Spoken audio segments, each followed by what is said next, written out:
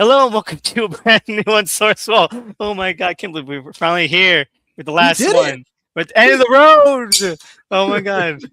Children of Corn 2020. So far the last Children of Corn movie and the second longest between installments so far. Because Wow. it was like 9 years between the first one and the second one. It's been like 6 years since this one. It's crazy. Mhm. It, And depending on where you look too, like this movie was delayed by 3 years as well. Yeah. So the thing about that is that the fact that the first segment had so much time between it, it means we're not out of the woods. They could drop one tomorrow. We never know. Yeah, but yeah, Children of Corn 2020, the second remake, the third reboot. I think they've all been reboots. So let's just spread it back like these things have consistency. And but yeah, this one came out in 2020 during COVID, but it was milled around for ages, and I think it actually had a full release in 2023. So 3 years ago. Oh my fucking god. Uh, yes. So my favorite part of this is that everyone keeps calling it a remake or a readaptation, and it's like this is just the same old bullshit that Dimension was doing. Right. This is just slapping on Children of Corn to like a pre-existing or original story or some shit, and just calling it a day. If this is a remake of anything, it's a remake of the Final Sacrifice. Kind of is. I saw it as a remake because it was like kind of like doing the kind of new remake kind of thing, right? We've got a gender change swapped Isaac in this movie, right? And the things that they're talking about in this film, rather than focusing so much on like religion as the key play here, it's environmentalism, right? I think what this movie is trying to do is it's trying to take the things from the past and then try to modernize them. So it's like, yes, I agree, it's not like a one-to-one, but that's how I see this as a remake in name only, at least, It kind of feels like what Hellraiser 2022 did, where I would say that is a remake slash adaptation, because even though it's like 90% unrecognizable, to me as someone who's read that book a billion times, it so clearly sources so much of its stuff from the original novella of Hellraiser novella, and like this is like I think it's the best. I think it's the best adaptation of that novella. Honestly, the 2020 Hellraiser, and so I do understand what you're saying. Like, do see elements like, okay, they took that from there. They're mixing things. It's just that it doesn't. It still comes out in like one generic mesh. But let's go on the table. Tony, what do you think of Children of Corn 2020? I don't know how I'm going to be perceived by saying this, but this is one of the best movies we've discussed. This is a very large mess. This has many of the same problems that we've had with a lot of the previous Children of the Corn movies. But what this one does have that not a lot of the other ones do have is corny, campy fun. Why is so much of this movie about people getting gassed? Why does this movie open with like a Waco school shooting, right? Like combination. I know what? I agree. This movie, I'll say this. This movie is, I think it's terrible, but it's not like dull in the same way. That's what I'm getting at. Exactly, right? Like it's got shit going on, right? And I think that our new Isaac here in Eden is also the best Isaac stand-in we've ever gotten. Like since the original. I think she's the best. I think she's better than our original. Better than John Franklin. For shame! How dare you? I cannot. The thing is, right? I would agree if she was better.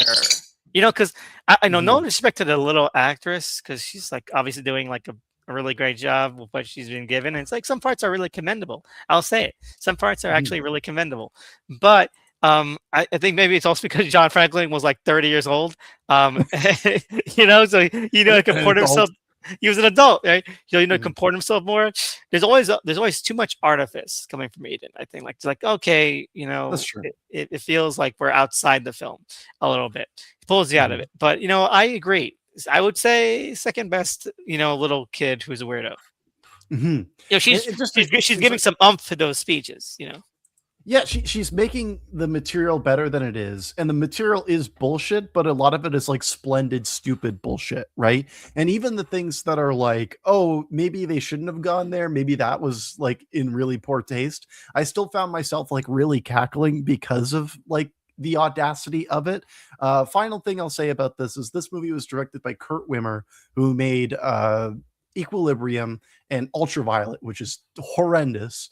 I will say that I enjoyed Children of the Corn 2020 more than any of his prior films. Equilibrium can take a hike. I enjoyed this movie's Are you experience more including so. like things he's written? Like No. Oh, Just okay. solely directing. You know, how gonna say dare I Law besmirch the name of Total Recall, or law-abiding citizen.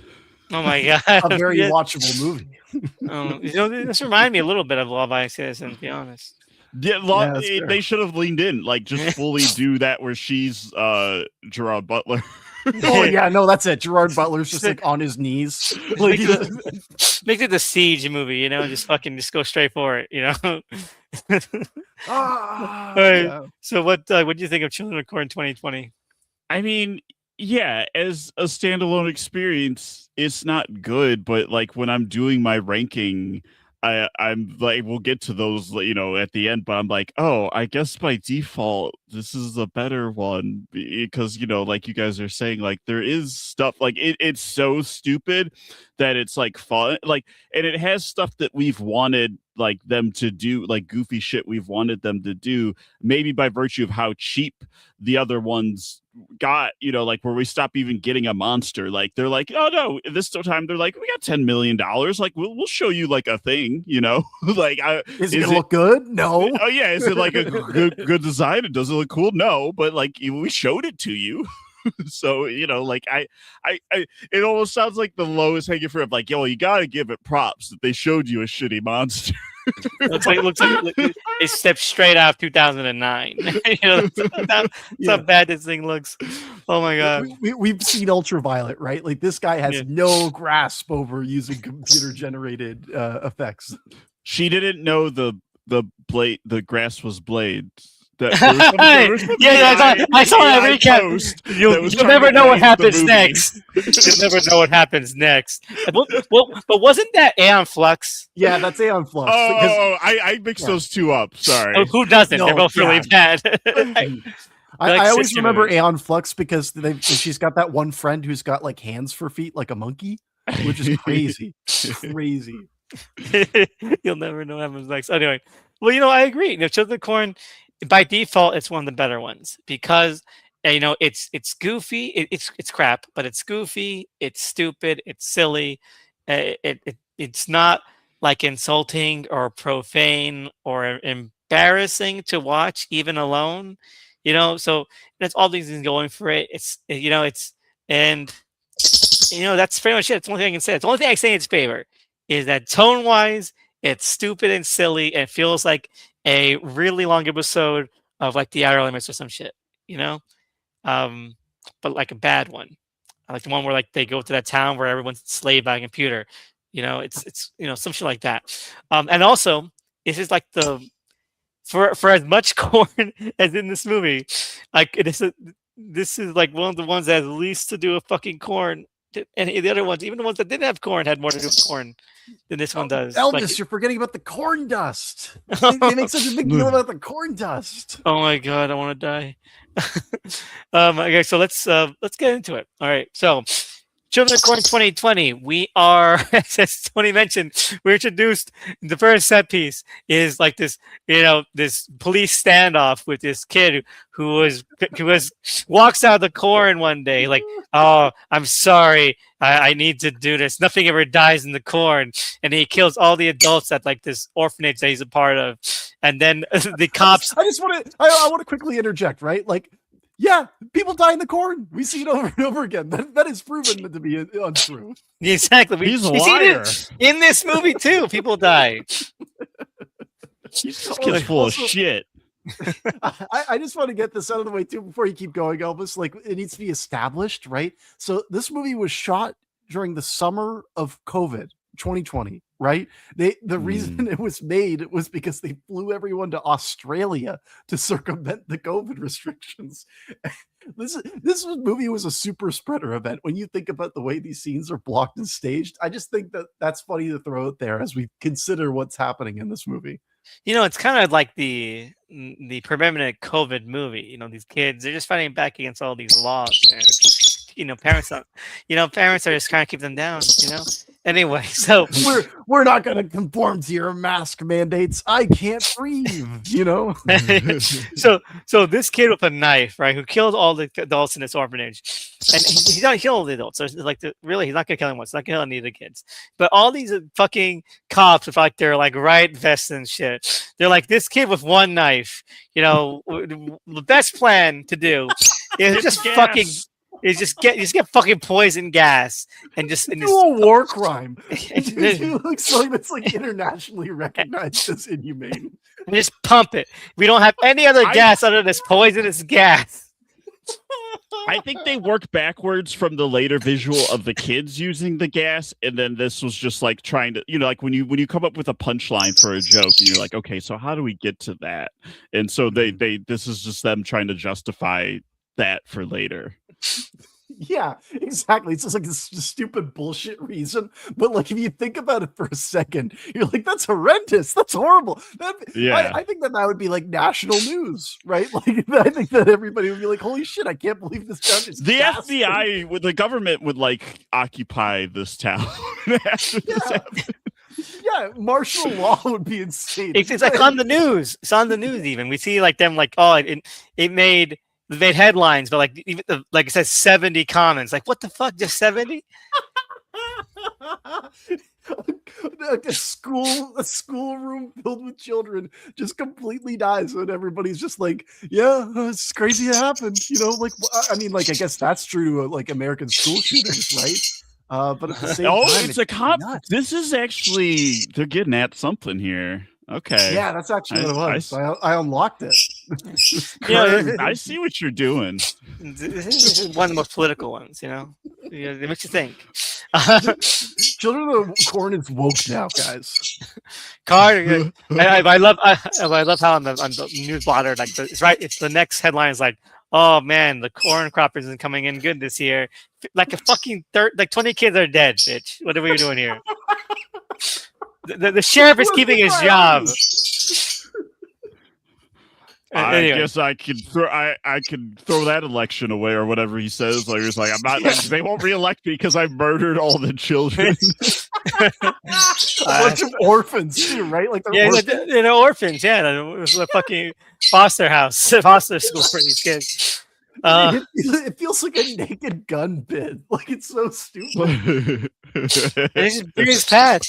Like, here we got a therapist to talk to one survivor, Eden, who's our Isaac for this movie, and he's like, oh, you know what? I think that he wanted to kill every other adult too, and that's like it's a creepy line. Oh, God. Well, isn't this actually the pastor, not the therapist? Oh, pastor, yes. This pastor is so creepy. I'm pretty sure this actor's played like actual monsters and stuff, like kind of like a... He's the vampire guy in Revenge of the Sith. The one with big teeth, like Obi-Wan Kenobi, save us. Oh, wait. Is this Bruce? Yep. Bruce Spence. Yeah, so it's Bruce Spence from Mad Max. Yeah, copter guy. Mm-hmm. Got the pilot, yeah. Which is also like important to note that they filmed this movie in Australia. Right, an Australian guy. Oh, mate. All right, that makes sense. That makes sense because his action is like fighting for dear life. So many scenes are like, Mike. This guy is. I think at one point he gets fucking dubbed over too. It's amazing. I would not put it past them. It's really interesting because like all of the kids are like Canadian and American actors, and then like all of the like adult actors are just Australian pretending to be American. This movie is really strange in its construction. So I figured out that KJ Beast is not like a real Russian guy.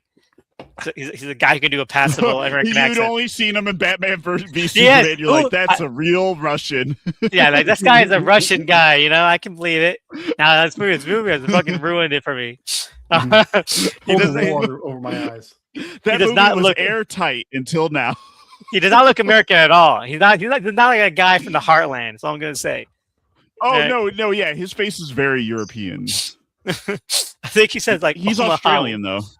Yeah.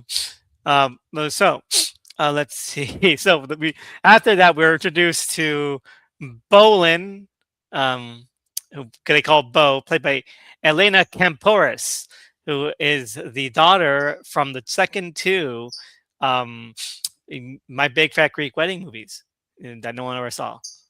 With Yeah, I only saw the with a first name one. like that, with a Yeah. name like that, that's like definitively Greek. You know, like Yeah. she was born to be in the name those movies with that name. big fat Greek wedding movies. As we know, Mhm. Are the they third gonna one was make another one so Stavros can be in it? they should because the third one was really bad, and they need to like we gotta end on a good note. You know, He was born to play like in one of those styles of comedies where there's like a wedding, like he's like the cool uncle or cousin or something, right? Who's like, Yeah. oh, don't worry, I got a sick new car, you know, like be someone like that. all right. So we're introduced to Bolin, who is like an environmental, person. She's like, I'm going to college and I'm going to like help, with the environment, and we're putting pesticides and chemicals into the ground, and they are because apparently this town has decided to go all in with Monsanto and put something called grow sync. I Wait, think so. grow sync, async. Holy shit! Whoa. We got it. We got it. We got it.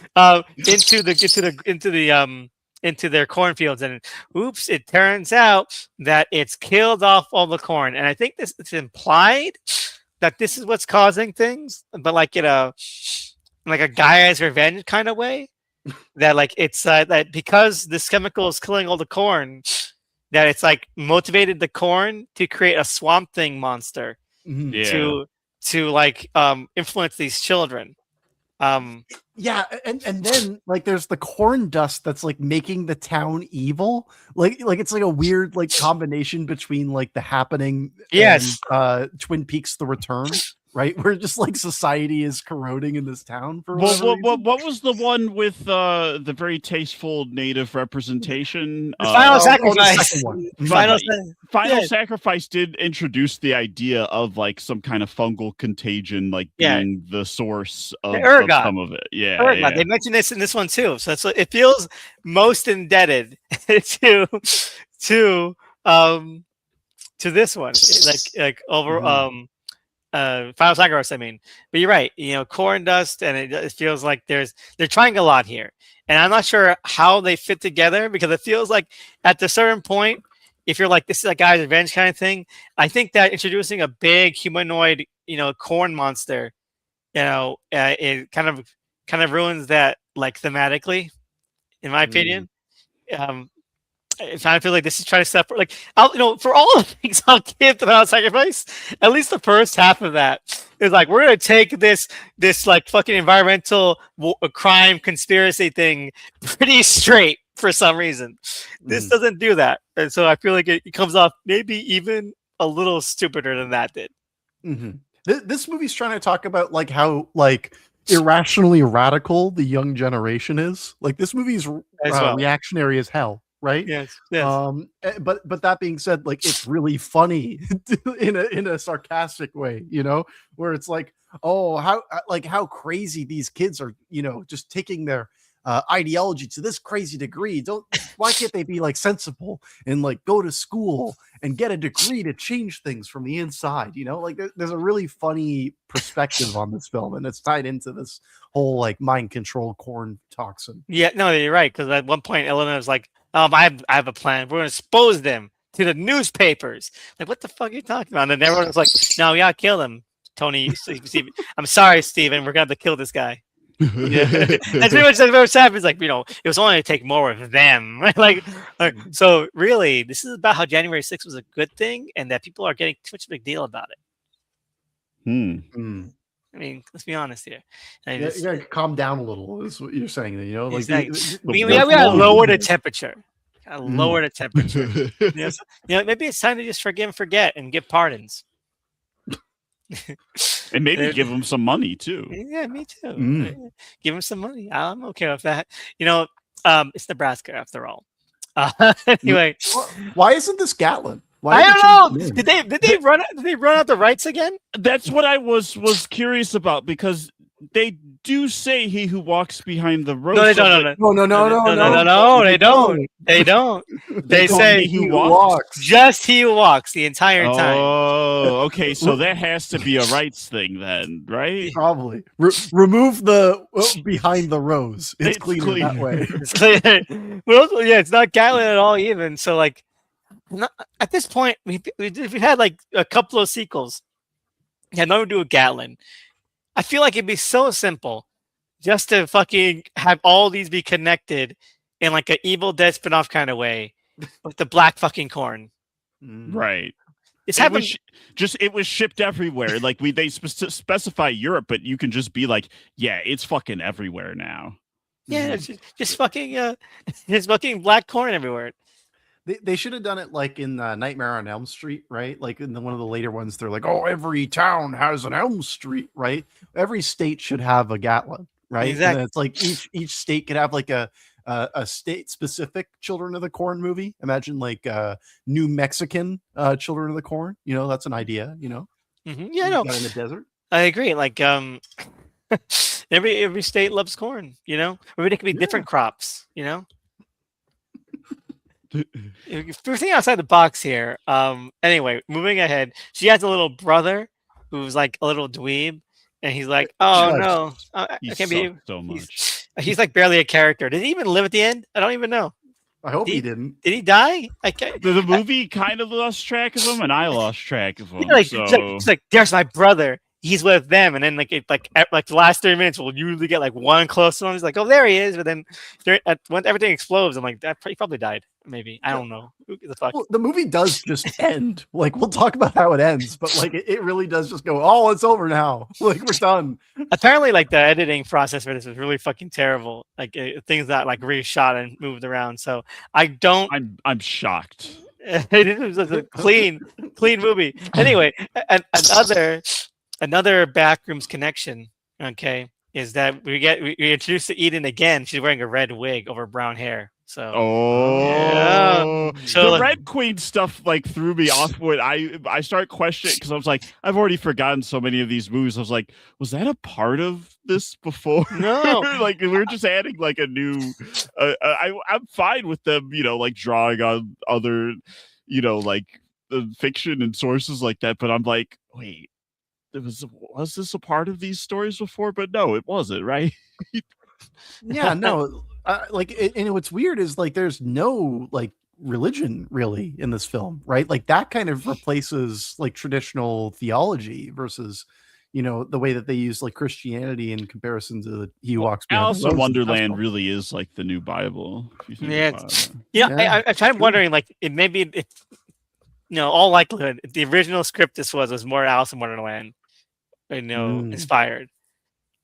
That would be an interesting take, right? And like the idea of like, oh, the protagonist is kind of like Alice, like running into a bunch of different surreal events. It would change the structure of this film. What's weird is that this does ultimately follow the same structure of the first movie, but everything is just heightened to a crazy degree. Yeah, everything just happens. Yeah, everything happens at once, and especially when the midpoint happens. And I'm not even sure if we just skipped to that because the rest of the movie, nothing happens until things start happening. Well, I don't want to skip too far ahead because, like, right after we are introduced to the brother, right? Like, we get this scene where there's a kid who's like standing on top of the silo, right? Can we talk about that? Like, So Eden is like has this role playing power trip. She's like the Red Queen, and she's making these kids walk the plank. As part of like I this. think like, this is a normal kids game. You guys never did stuff like this. It makes the most sense. I did, but then I wasn't allowed to hang out with those kids again, So she makes this good, and it's actually I think one of the best scenes in the movie because it does play into like this mentality of these children. Like it's not like it's like it's creepy in like the way that a kid's horror film should be. Like, are they like goofing off, or are they gonna take it this far? And of course, the scene gets cut off before we kind of find out how far they were gonna take it. But it is it's effective. It's effective, and I think that Eden's character is, I think this probably it's really you kind of get a good handle on the way the actress is playing the character. And it's nice. I think it's a nice scene. I think that the thing I appreciate about this film genuinely is that, in other Children of the Corn films, this idea of like the adult massacre, right? They get it out of the way really quickly, and then it's just a lot of farting around, right? Yeah. And I like that this movie is building to that. It's like it's coming, but they're It's like, going no, that's to, the fireworks factory. Yeah. And the what this scene is doing is like, showing, also a divergence in opinion, right? Like not all of the kids are on board with it.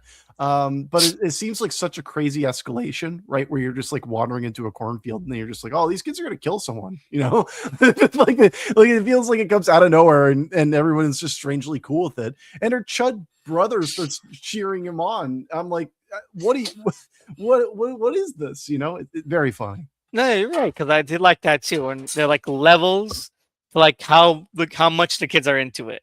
It's not like the first film or multiple other films where like they're either brainwashed or they're like all 100% on board with it. It's like some of them are like really excited, some are like, whatever, everyone's doing it, and some of them are like, well, peer pressure.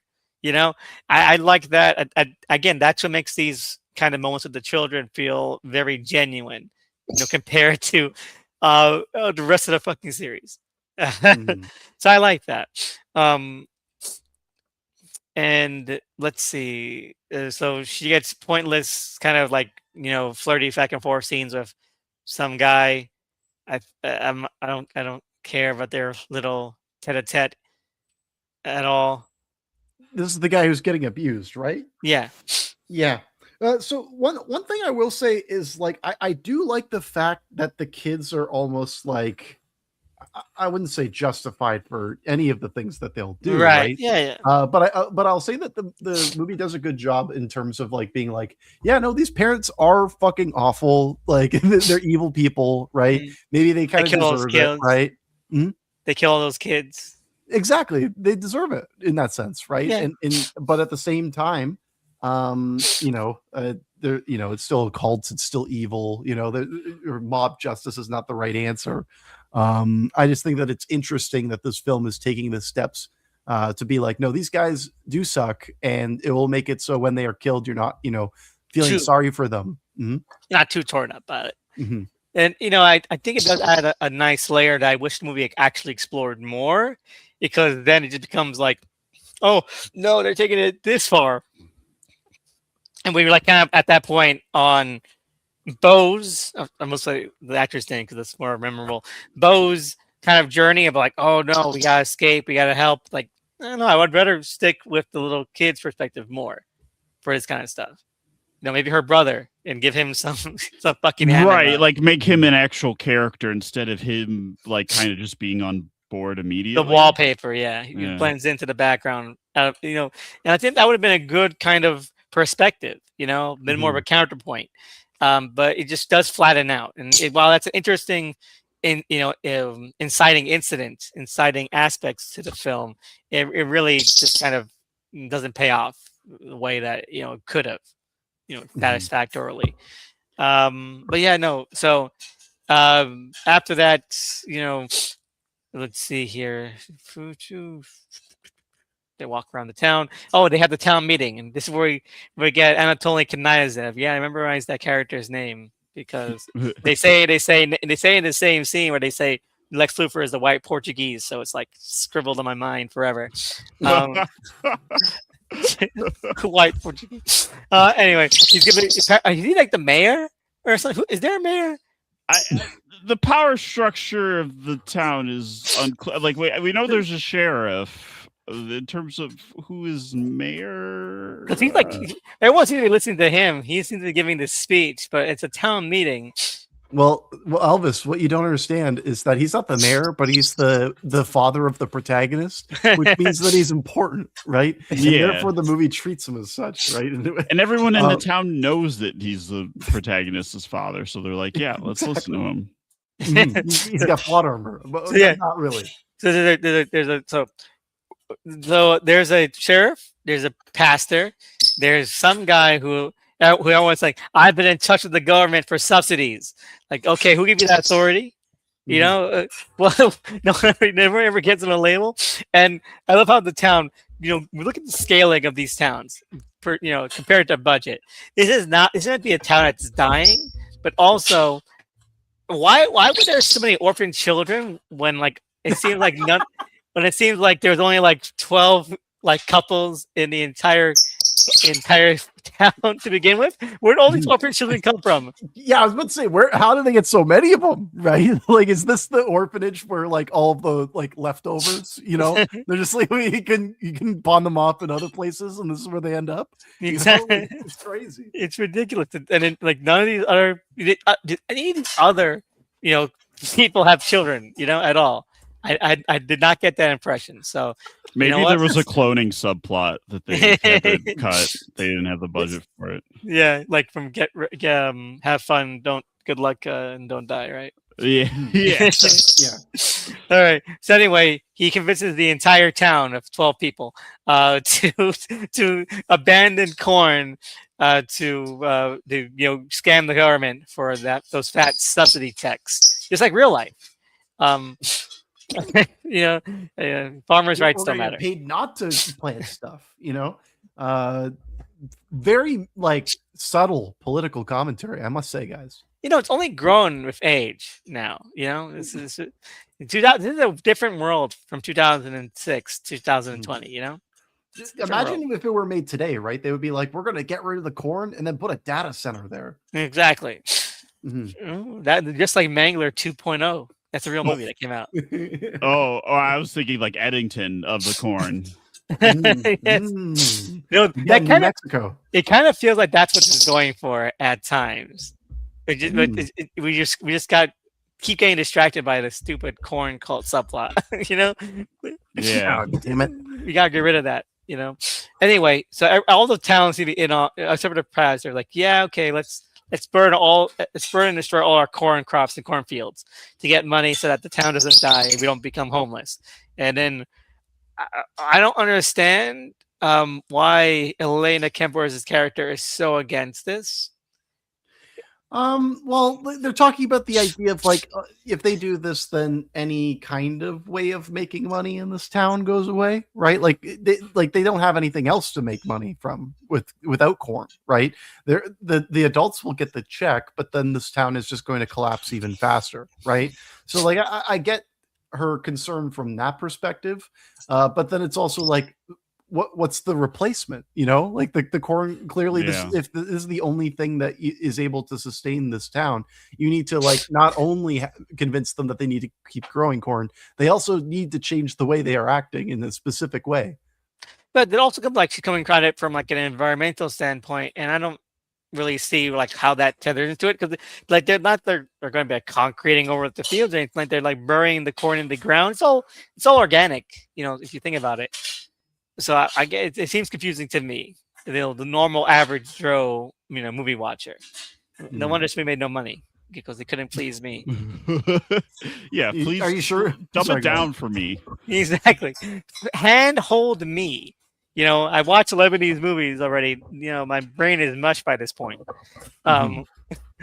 Anyway, so everyone agrees except for all the kids, and Leonard Kemper's like, and Eden's like, kid power. You'll see my wrath someday. And no one decides to gas this kid as well. Then now that's an option that's on the table. That's just like they should solve all their problems with gas. I mean, no one faced any jail time, so it's clearly something that they're all good. They all agreed that was necessary. This become like a military state of a town. Like, don't step out of line, because they even like bring up like the "It's a Good Life" episode of Twilight Zone. Shamelessly, Right? Yeah. Cornfield, etc. Wish them to the cornfield. Yeah. So clearly they should have delved in on this being like a dystopian, military state with kids in charge. Oh, that's an idea. You got like Isaac on the monitor watching people. Exactly. Everything is corn themed. Everyone's wearing coveralls. Corn on him. Yeah. Get us on the phone with Shutter. Okay, get this done. All right. Oh, if Shutter is going bankrupt, isn't it? Something like that. So maybe next time. All right. I don't So, know. That's true. Is that true? well, I think AMC like shuttering it down. Yeah. They've been losing. AMC has been losing money, and because they're stupid, they're taking it out of even though Shutter's like one of their more successful elements, that they're like downsizing parts of Shutter. That's interesting and stupid. That means that Shutter will probably die because like people just can't sort out the rest of their shit. You know. It's kind of like paralleled, ironically, by this movie. Yeah, the adults are AMC. This movie is getting it's topical, you know. We were underestimating it. I do like that during that vote, the pastor is like, no, we shouldn't bury the corn. We should. It's because we're living in sin, you know. Like it's very like old fashioned, stupid. You know, I can't believe you're actually saying this kind of thing. And I don't know. All this stuff is just kind of lame. It is. So let's move ahead. And so this is the scene that I think the movie should not have done. Could we get the scene where like Adrian's looking at all the preparations to destroy the corn underway, and she like goes into the corn to like cry and pray a little bit, and then we see a monstrous hand made of corn leaves like help or like comfort her a bit, you know, and like this they should have not included this. I understand why they did, but not the Swamp Thing hand. Okay. Why would they reveal that it's real at this point when they're later going to there's a big scene? Yes, and in such a humanoid form, like it kind of dilutes it. If like we keep saying Swamp Thing, like because like that's more in the realm of like. Yeah, this was like a guy got turned into a thing. Like it almost gives the vibes of that of like this was a person or something instead of just like the earth itself, like taking revenge. But I think that maybe this was something that was hinted at in like during the reshoots and recuts, because in the beginning, Bo's brother finds like this little necklace thing in the cornfield, and it's like this one's little maze toys. As well. And so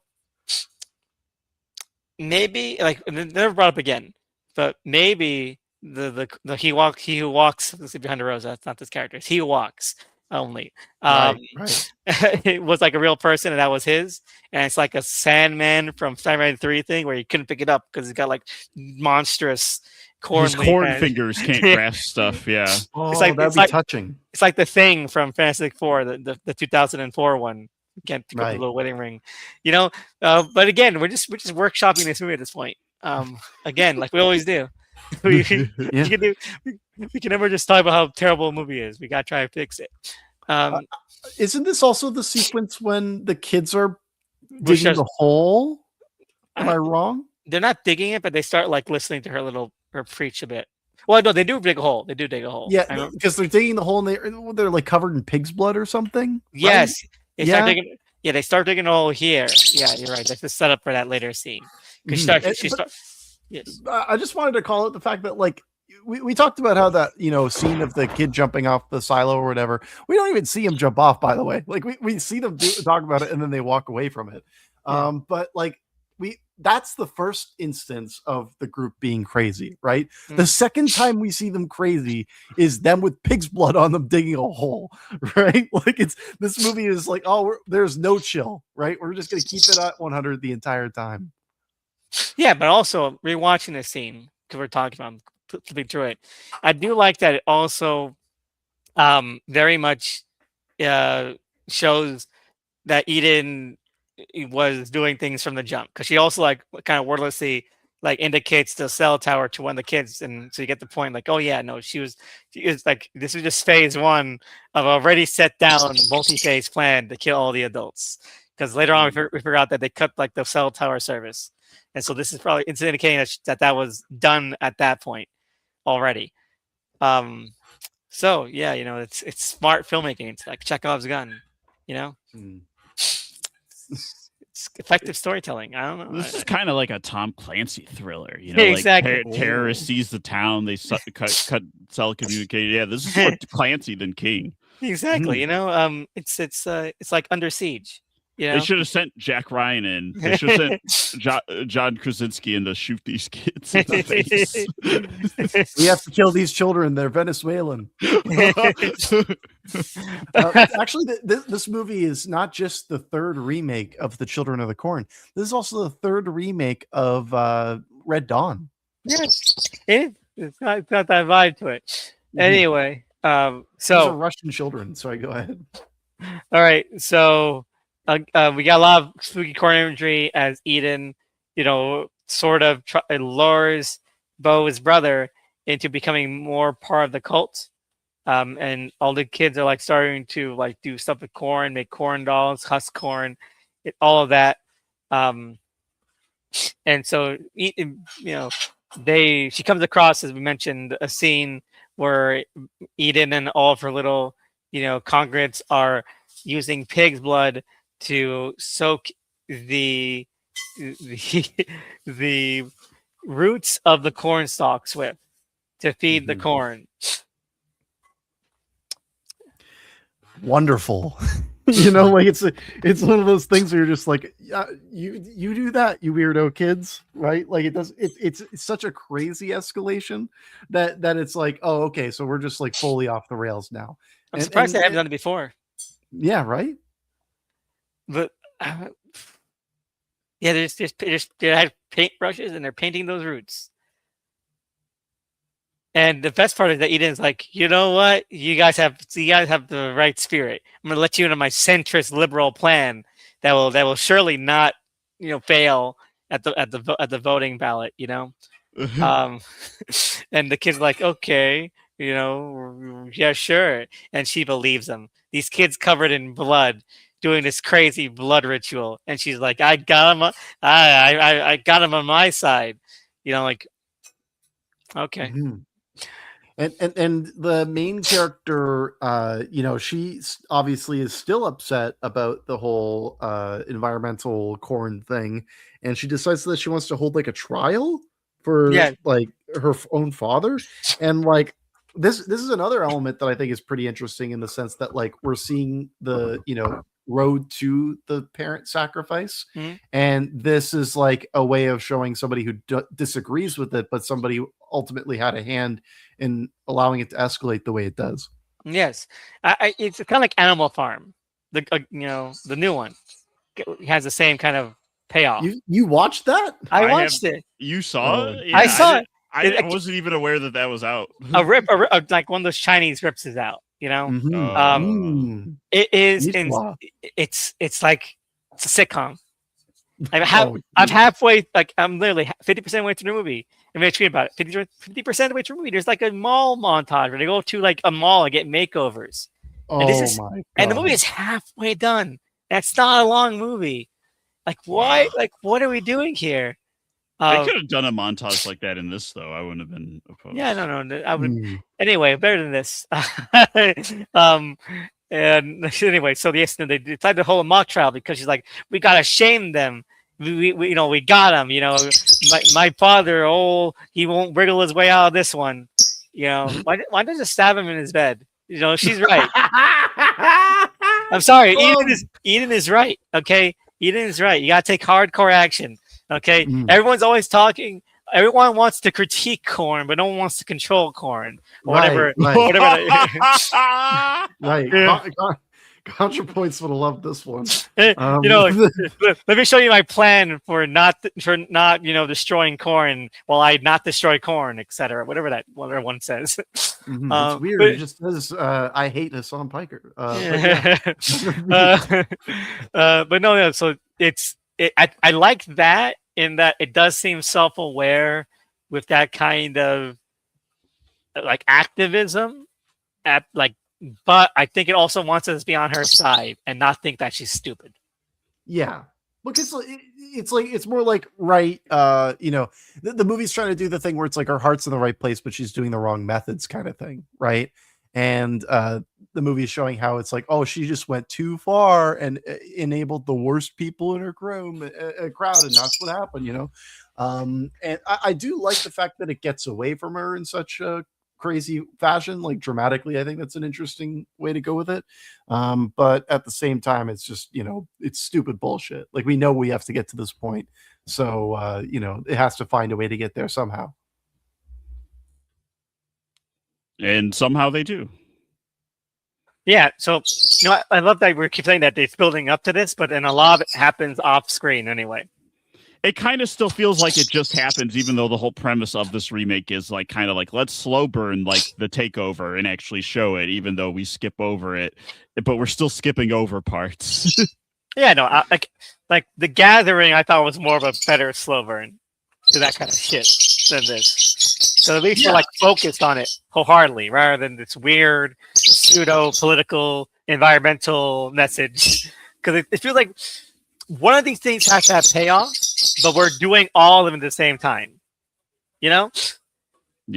Yeah, it's trying to have all of these different commentaries while also still resembling Children of the Corn. So it's like it's trying, like, it maybe would have this been better if it was just its own thing with its own name, maybe, but like instead it's forcing itself to be this, and it's like pulling from too many different places. Well, we wouldn't be talking about it if it didn't have the same.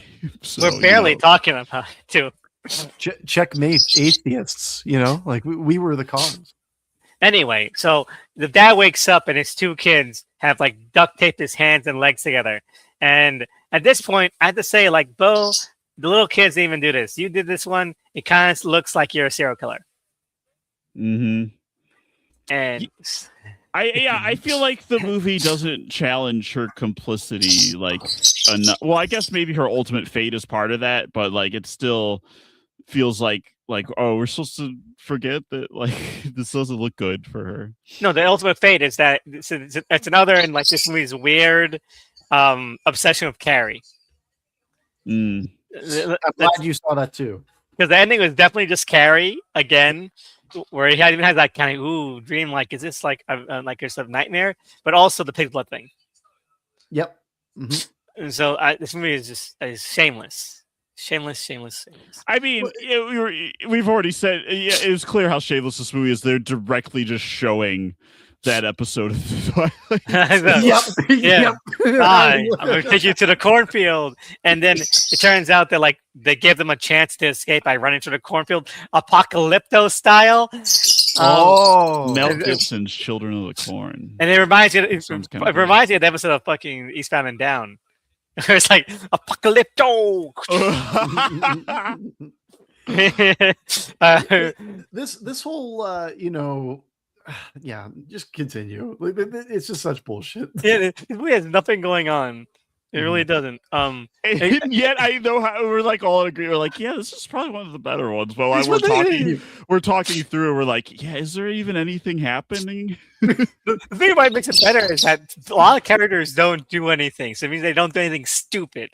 Yes, actually, you're not wrong in that, right? Because like we watched like the 2009 remake, right? And the whole like beginning of the movie is just like this couple bickering, right? And it's like saying gigantic racist slurs 24/7.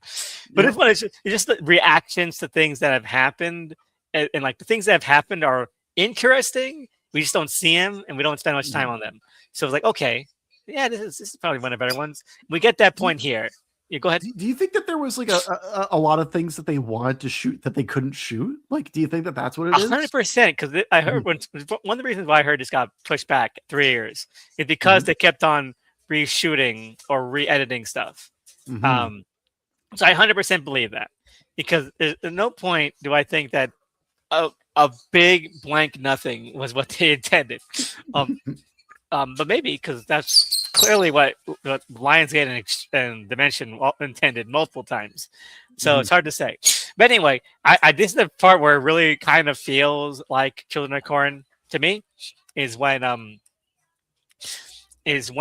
Bo and her love interest. That's what he's like coded as. Like, so yeah, let's say love interest. Are heading toward like the civic center where they're going to hold the trial, and they basically the entire town is like empty and weird, and there's destruction everywhere, and there's like little kids going like, we had to do it. And so it kind of feels like now we're jumping into like the mood and atmosphere of what the short story is kind of intending. So it kind of makes me wonder. Okay, were Bo and this dude with the hoodie like kind of like meant to be like Bert and Vicky? Are they meant to be our Bert and Vicky? Kind of Don't feels die. that way. That's the closest analog we have. We don't have like an adult perspective that's that fleshed out. Like, yeah. And I actually kind of like it better that way. I like that we don't have a Bert and Vicky in this story this time around, because like that perspective only helped in so far as like, oh, we don't know what this is and how are we going to be introduced to this, and this politicking was always the most interesting part. So to actually have it so it's like fracturing ideologies within the children in this way, I think that's more interesting. You know, I realized something. This reminds me of the idea we talked about when we talked about the 2009 movie, where it's like, what if, you know, a couple came in as it was happening? You know, exactly. Yeah, so, yeah. So this kind of feels like it captures that notion. Like things are happening around them, and they're not like adults. I think you mentioned like 17, 19. You know, well, she's going to like college, so yeah, she's old enough for that. Yeah. So and so it feels like a good compromise. But then again, I do wish that this stuff happened earlier and sooner, and that we didn't spend so much time on stuff that really doesn't pan out or matter at all. I feel like willing time, but I do like how nonchalant Eden and the Malachi kid. I think he's the close down. The guy with the Rambo marks, the kid who does like all like he's always showing like brandishing a weapon. He has like bow and arrow. I think he's meant to be the Malachi of this movie. And they're like they're just hanging out, like, you know, we had to do it to them, you know, and like what? Yeah, your dad's in the back. You know, just don't be frightened by the screams from the back. And they go and they find that they've started hanging the abusive father. And it's also it's fun. It's a fun little sequence because they have him tied to a horse and let the horse go, and the guy dies. This is a good death sequence. I agree with that. And it like something about this too, right? Is in the other Children of the Corn movies is like you do your body count all at once, and then you're just kind of left wandering through the rest of the movie. And at least this movie knows that you got to stack it out, right? You can't just kill them all off at once. There has to be an escalation. Yes, exactly. And so what I love is that so they basically after that the kids just captured him because they have like apparently Eden has like bodyguards. They're all walking in like file with like chainsaws, just to corral these kids and the character. Like, okay, it's this would be such a better movie. This shit started earlier. So I could spend more time with this little kid society that they've carved out in like 2 hours. Instead, it feels like an afternoon where they decided to become radicals. Yeah, like the entire streets are burning, you know, and like there's graffiti and everything. How did they not notice? But it's hilarious still, right? Like the fact that it is like so 0 to 100, where you're like, whoa, how did we get here? Right? There's like something funny about that. There's dozens of cars in the streets on fire, and like bodies littering in the streets too. Like what? And they did not hear any of this. They're like, "Oh, we're gonna tie my dad, and we're going to this plane where we put them on trial." Like, oh my god, it should be a comedy.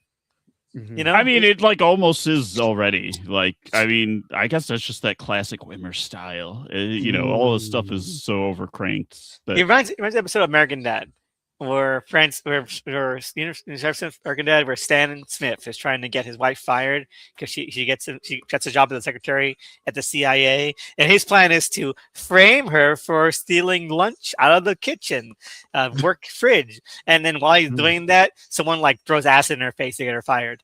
Oh my god! And so he's like, "Why'd you do that? We're gonna get fired by framing her for stealing food from the oven." And you're like, "Wow, while you were doing that, I was coming up with a real plan." And that's what it feels like. Results. Anyway, because Eden overpowered all these adults with her kid army with chainsaws, and they're all put into the jail cell while they shred all the evidence of their crimes or whatever the kids are doing with the files. Who cares? She turns into the fucking Joker. She turns into Heath Ledger's Joker. It does. She's great. She's having the time of her life. This actress, like, just like I'm gonna play just a like the fucking supervillain. Um, Mhm. and then Donna's like, "Bo, is this what you wanted? Like, what the fuck do you mean? Of course not." Mhm. um. Anyway, so like her plan. I love how she mentioned the Joker because she has like this little fucking like kid-sized gas mask with like kitten whiskers on it. Like, where did she get Oh, that? oh my! When they decide to gas them again, right? Yeah, There's something like this feels really Stephen King. yeah, All of this stuff, right? Yeah. And I hate to say it, but like it's really funny, right? Again, they're doing like actual like war crimes, crimes against humanity type shit in this movie. But at the same time, it's really funny that they just deploy it like it's nothing. They're just like, oh yeah, we got the gas right here. We're gonna gas you again, and then they're gonna, yeah, no, it's just I think there's something like very dark about it, but then very funny in how lightly they're taking it. no, no, you're right. You're right because it That must feel had like to be the starting point, was just the visual of that mask with like the kitten whiskers. Mm-hmm. yeah, yeah, and you're not wrong. I do think so. Like it does feel like they work backwards from like, okay, what are the kind of things we could have these kids do? You know, and like we're now in like a more militarized, modern America. We're gonna make this present day, so we're gonna do excessive police force. We're gonna do, kids going, or disassociated with these political government corruption, this Mm-hmm. scheme for the, it feels like we're going to work on it this way. Um, Police brutality, etc.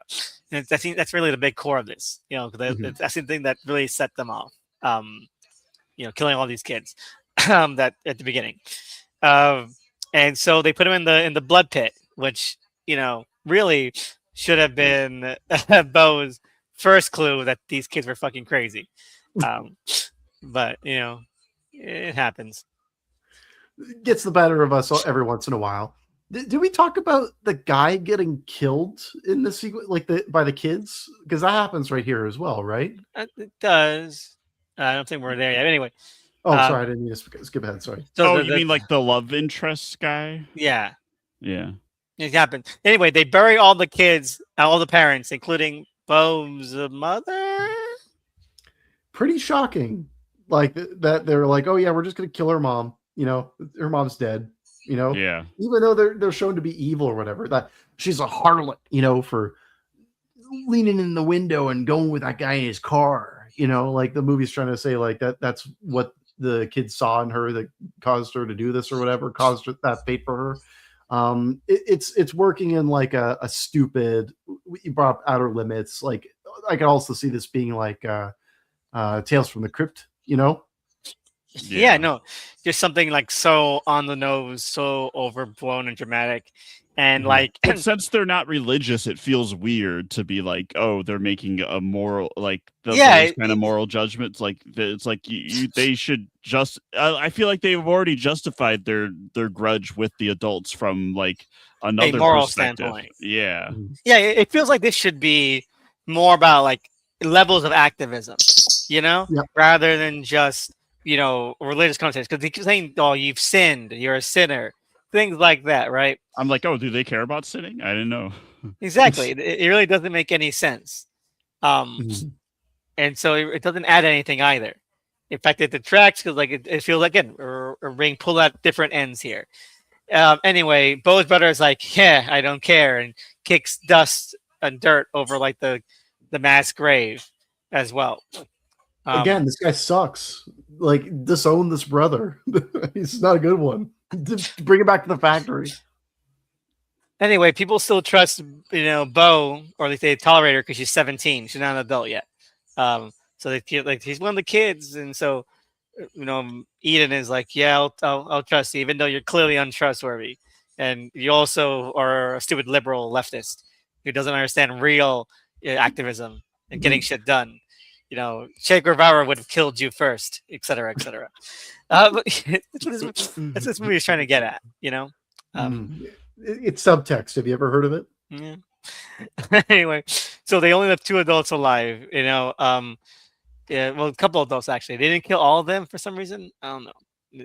No, they had to keep some alive for the sake of the plot of the film. Exactly. Why did they kill all of them? Because one, they have to give another one a karmic death, and other one is her father. So she still needs motivation because there's still like Yep. half the movie left. Yep. Oh god, this is so blatant. Um, you know what? You know, people called Backrooms a really shoddy, blunt script, but this is way blunter. Yeah, of course. Yeah. Yeah, I was like, are we about to refute that, Tony? Like, yeah, actually, this is really subtle. No, I was just really like, what's the word? Like dwelling in that silence for a moment. I like drawing the suspense in that for a second. Much like this film doesn't do.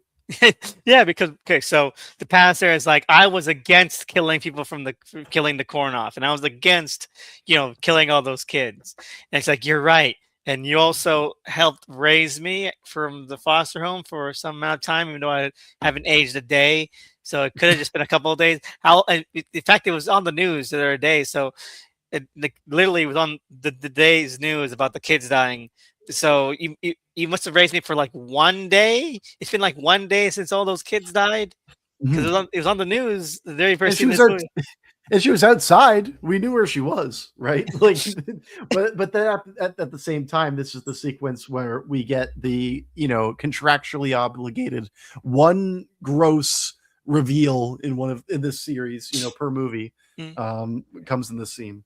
Yeah, but also again, this is where like the religious aspect really doesn't make sense because he's like, yes, you're right, Pastor. You didn't sin against the corn or me, but you have sinned. Like, where is this coming from, man? Like, can you at least explain a little bit more? What's your ideology here? Well, hold on. Did you not catch what she was referring to in that moment? Pedophilia, like that. Yeah, exactly. They're inferring the fact that she's abused. And it's like, it's crazy for the timeline thing that you were saying before, right? It's just like it's great.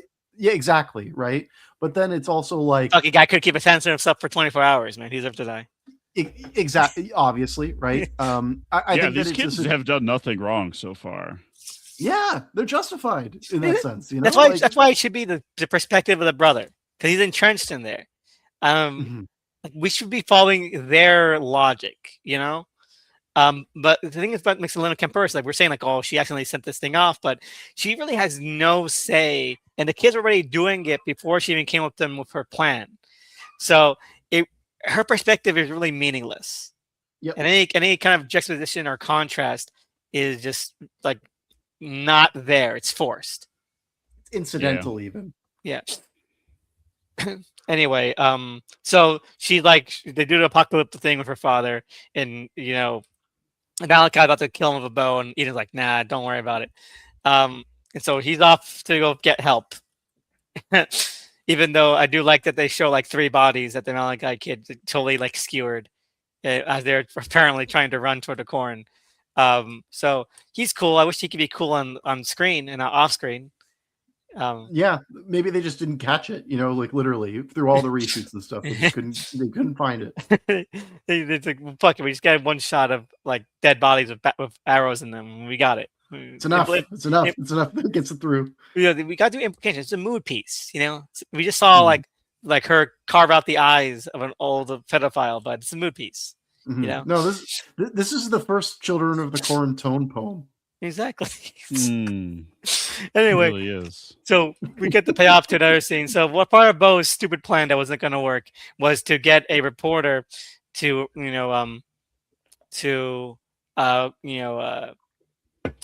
comment to report on like her mock trial. The report, like, what was that going to do? What should report? They really sent someone to report for a mock trial. Anyway, I think. Well, they should have got Taylor Lorenz for this. Yeah. Anyway, so I think it's a commentary on the failure of the Fourth Estate, to like challenge, corruption. So it's like the news wasn't going to help them. That's that plot point. It's just like real life, Doug, right? Like whenever like reporters try to do a story, they get kidnapped by a bunch of children and killed. This is where I do like Eden a lot, though. because she is like giving this big speech for like how they were gonna sell our story, sell sell everything. They didn't care. It was all about the money and press for them. She's like really hammering it in, and it's nice. And so I really do dig that. And so Bo comes up with this great plan of so I'm gonna fake him out. We're gonna sacrifice her to the corn, just like did my dad. And Ian's like, nope. How about we do it like just directly? And at this point, it takes like 5 hours to get this done because the sun fucking sets and it becomes night immediately. Anyway, so they use well, actually, she finds all the grain because that's set up for before. Set up, payoff. It's good screenwriting. This is a real movie, actually. Yeah, she's like the Bert in this. Anyway, she finds her remaining friends having been like fucking massacred off screen. All the cool stuff happens off screen. I'm not sure if you noticed.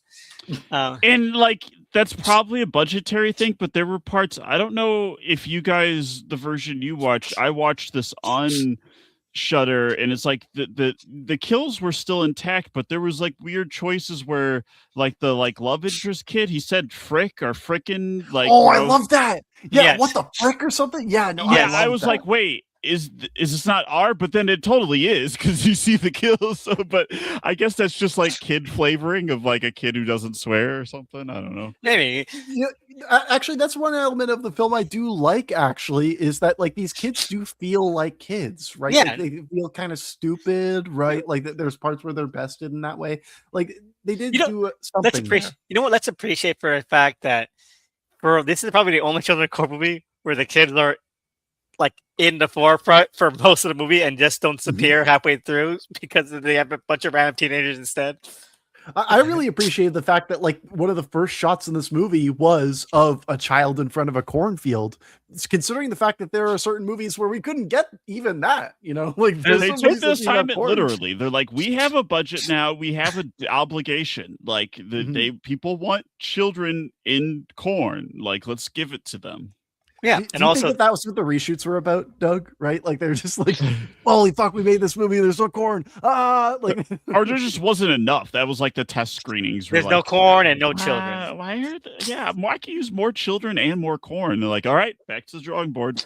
All right. So Eden said we're gonna use him as bait for He Who Walks. The reporter, and so she calls He Who Walks, and it's a long sequence or something we know that already exists. There was a moment where I was like, wouldn't it be an interesting twist for a Children of the Corn movie to have it so like He Who Walks Behind the Rose doesn't exist, right? Yes. Right. I think that may have actually been the more interesting route to have taken in this movie. Especially when you're going so big with it, like when you open with Child Waco and then you like see the blowback of that, like it kind of just feels like a natural, like a trauma response. But yeah, it's just like an escalation and like the payback of these kids. Yeah, she's shown to like be acting out things that from her imagination, things that she's read, so it could be like, her amassing a cult personality, out of like a fiction that she's created for herself as escapism, as like a safety net. Again, we're workshopping a better movie. Well, this is just us building up to our, we're going to pitch our own. So yeah. We know all the tricks now. We know what to avoid. All right. We got it. We could write a master class on this. Anyway, so finally, He Who Walks does appear. And he looks great. He doesn't look like the first draft of The Predator that Jean-Claude Van Damme was at all. Yep. When I see him, I was like, oh no, like I was shocked that they actually went with something that looked that bad. And again, this movie would be better if like He Who Walks didn't exist solely because it looks so bad. But again, it looks so bad that it becomes like corny and funny, like I'm really laughing whenever he's on screen. Like, and the fact that there are so many of these movies we watched where we don't even get a monster, right? And this one gives us a big heckin' monster. So I'm happy with that, You know what I think is that if you've seen John dies at the end? Oh, Oh of yeah. course, yes. Oh, the meat monster. Yes, it should have looked Mhm. the meat monster, like a corn Mhm. version of the meat monster. And the That fact would have been that good. yes, and because what they come up with, it is just Swamp Thing. It is. It literally is. It's just more corn husk leaves, and that's Mhm. it. Um, but anyway, it kills the reporter and it splits her in half. Um, yay! I like how Uh, Yeah, fake that no she more looks fake when she gets media. cut. All right, so they decide to we're gonna pour you in gas and we're gonna burn you to death. And she's like, "No, dumbass, we're also in this grain, and the grain is very flammable, so we'll destroy the entire cornfield." Um, Checkmate, liberal. but They've teased that like don't set this fire, it's gonna take out everything multiple times. Like when they're doing the the pushing the kid off the plank, like that he was gonna light the fire, and they're like, no, don't. That's gonna blow us all up. So like they keep like, I wonder if there's gonna be like a big fire at the end. so I'm Gee, I surprised. wonder. So I'm surprised how Bo is still standing, or how she's like coughing or vomiting, because it's a plot point that they have drenched her in so much gasoline and fuel that she is leaking it everywhere. She's like spritzing it around like a dog, but even on these kids, and she's leaving a goddamn Tom and Jerry trail of gas running. And it's a thick trail too. It's like thick She in should the be sun like lightheaded on the verge of passing out, from like the fumes, right? yeah. But it's not what's happening. And so So she has powers, clearly. and so it really I'm does. invincible. It depends. The entire plan depends on the fact that she is so drenched in gasoline that this is possible. Because then she's like, "Oh, I'm gonna spread it all over the cornfield," um, and so she finds her father crucified by corn, because obviously that was gonna happen. Because she's like, "Oh, Someone had to get crucified. yeah, he's like the blue man, see, it happened again." Parallels. It's like Yeah. poetry rhymes. And so yeah, so he walks by the road. This is fucking terrible. um he looks like shit crap. Anyway, Surprising, that's not since nice. this is one of like the higher budgets that these movies have had, and I mean, like the movie overall looks like it looks like there was money for most of the other stuff in the movie, or like especially compared to like the past, I don't know, all of them. Where it's like, no, they ran out of money before they started filming. I like He Who Walks in this movie, not because he's actually good or anything, but because he looks like shit, because he's like a terrible monster from a movie nobody remembers. I like this guy, kind of like the way I like I don't know, fucking I like Baragon from Godzilla. Nobody remembers that guy. I like that guy. I don't remember. Who remember Varagon? I'm sorry, I shouldn't speak for everybody. Yeah, no, but anyway, so Dare he you? also I also love that when we get like his close up, like this is also Groot. It's not just Swamp Thing, it's Groot too. In fact, Oh, it's and more this is Groot. definitely way after. Like, yeah, Guardians was like the first one was 2014 or something, right? So this is Like, definitely Groot as well, for sure. So anyway, she escapes from He Walks because earlier, before, her love interest threw like a scythe into the cornfield, and she somehow finds it. And so see, he and also escapes in his car. So it's like, yeah, they were meant to be. It's very romantic. It's tragic. Did he die? When? yeah, no, he gets bashed. Like, there's a point when they're like being held captive, and he's like, "You're right. Someone has to do something." And it's like one of the biggest laughs where he just like immediately gets like double tapped with bats. Exactly, I remember that now. That's what I was trying to talk about earlier, right? It was in the police station. Yeah, it was so funny. I was yes, laughing out loud. One of the best parts of the movie. Did he even have a name? Guy.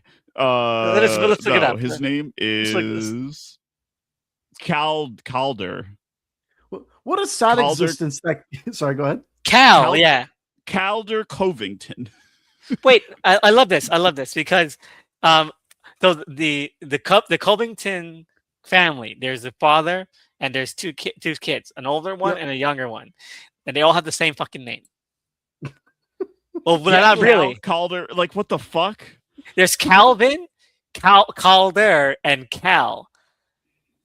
I know, and that had to have been just like I gotta remember these fucking character names. Fuck it, yeah. There's Cal. That's all we need. Although that is kind of like it adds flavor because I'm like that would happen in Nebraska.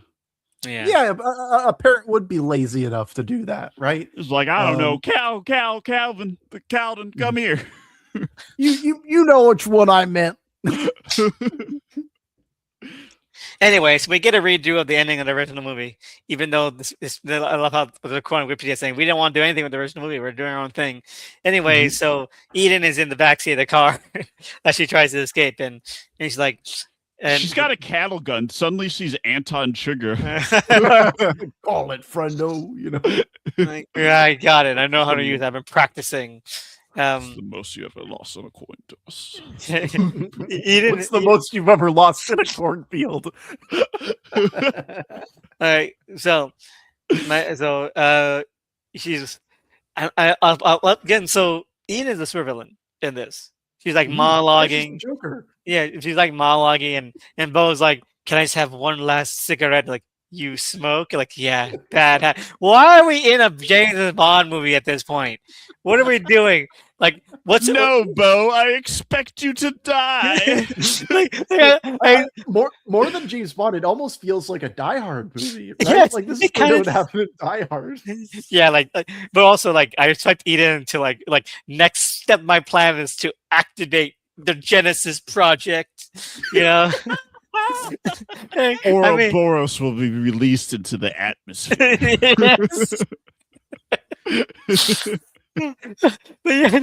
Looking for this, and then they were holding the plot. Who is playing Eden? I need to see if she's been in anything. She's great. The script is terrible, but she's. But great. Yeah, she's a star. She was in Station 11. Oh, wait, who was she in Station 11? She was one of the fucking cult kids in there. Oh, well, she's already typecasting her. Fuck. Imagine how much that would suck being typecast at 10. Yeah, this kid's got cult face. Whatever. But yeah, that's cool. That's cool. She was also in something called Delia's Gone. She was in 2 episodes of Reacher. I still haven't watched the show yet. Was she? Good for her. I'm glad she's still working. Yeah, it's nice. Good. Yeah, great stuff. Anyway, so Bo, even though they all know that she was covered in gasoline, everyone can see the thick black stain trail of gas she was leaving behind. And there's multiple warnings about this will cause a huge fireball. Don't careful around this gas. I mean, I guess it's the kids are dumb, like real kids. So anyway, so she's like, yeah, okay, you can light your cigarette. And so she does, and she sets things aflame, and the cornfield, starts going up in flames, and it explodes. And Ian's like, no. And we get a fucking close up of the brother, and I'm trying to figure out if he dies or not. Please figure that out, because I hope he did die. To be honest, it's really just more focused on Groot dying. I mean, he who walks. I do like that there is that moment though where he comes out and he's like it's a children's film, right? And it's like, no, because that's the whole point of him grabbing her hand earlier of it's it was her friend when everyone abandoned her. It's like the BFG. And she is a victim of abuse, right? Textually, right? So it's she's not necessarily, in the wrong for, her animosity against these adults, right? It's just weird to not frame he who walks as also another groomer, because that's what that is, taking an impressionable, abused child and be like, oh yeah, do start a cult for me, please. Mm-hmm.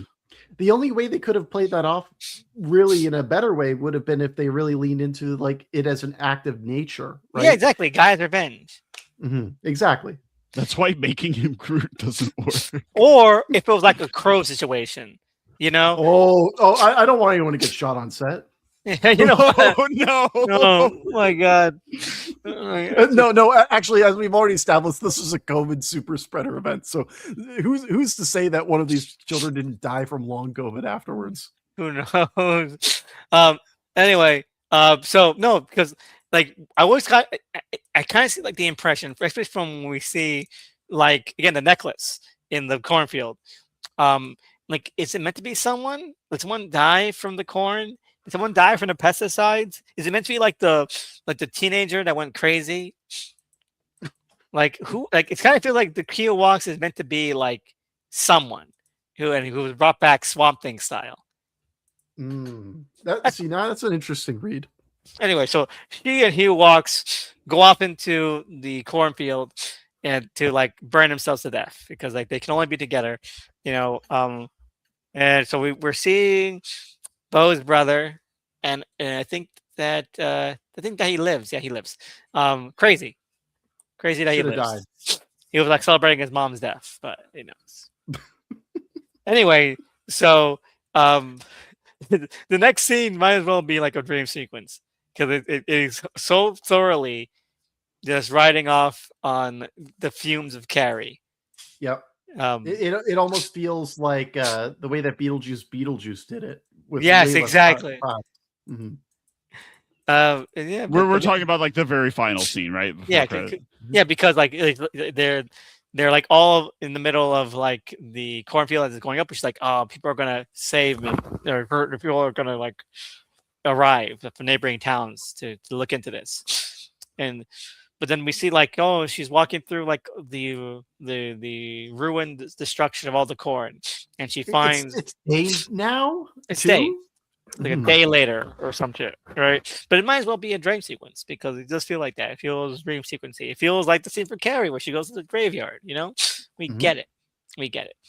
Anyway, she finds Eden's little ring with the little sunflower on it and disappears. And then we see Eden as a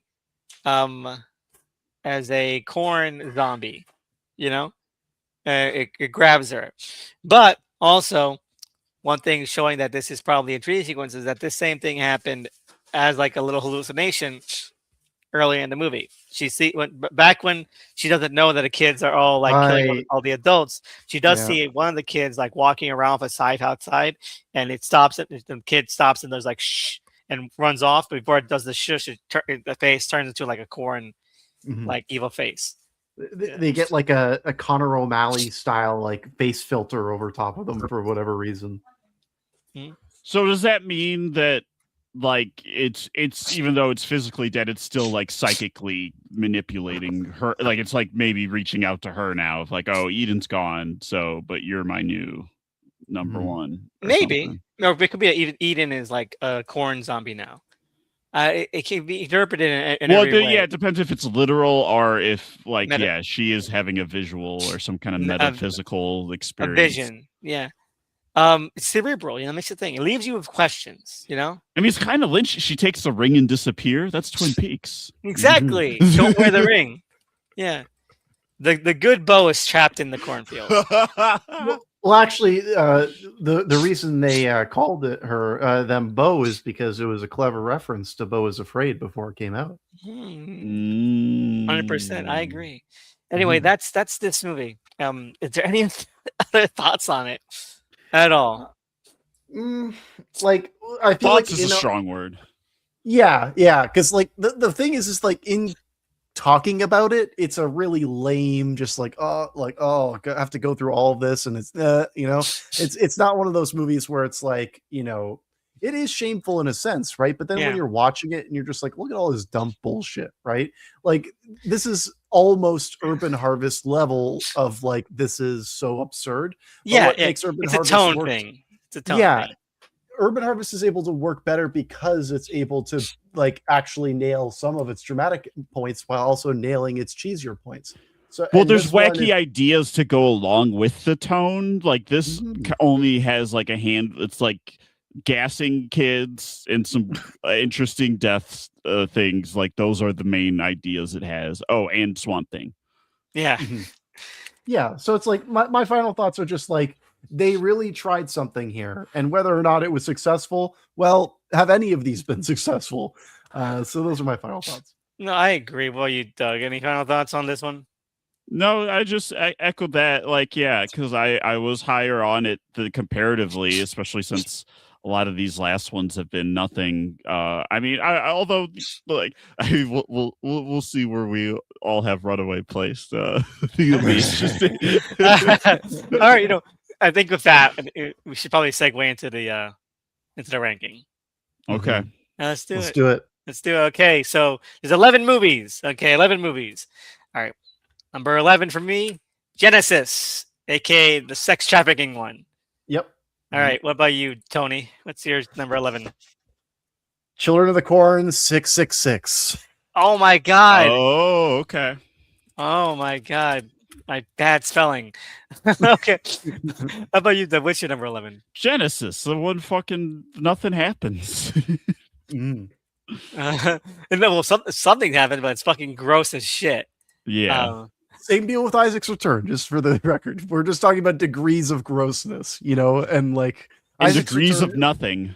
Yeah, I have Isaac's Return at the bottom because of its failed, promise, right? Isaac's back, right, and he does nothing, right? We have these Heather's original. He is there though. You can't disagree with that. It's not false advertising. He did return. Well, I don't know what you want, like give you. He's in the bed. Do you see him? He's right there. He's right there. Okay. All right. Number 10. Okay. Revelation. I forgot what that was about. Can you tell me what that was about? There's like a. It's the hotel one, right? Apartment building is bad. Yes. Okay. Michael Ironside is there, and you've got the fucking fake elevator, right? Like I'll never forget. Where are you? I remember now. It makes complete sense. All right. Mine is Genesis. Okay. All right. That makes sense. I was going to say, like, Genesis is so bad. What about you, Tony? For sure. Doug.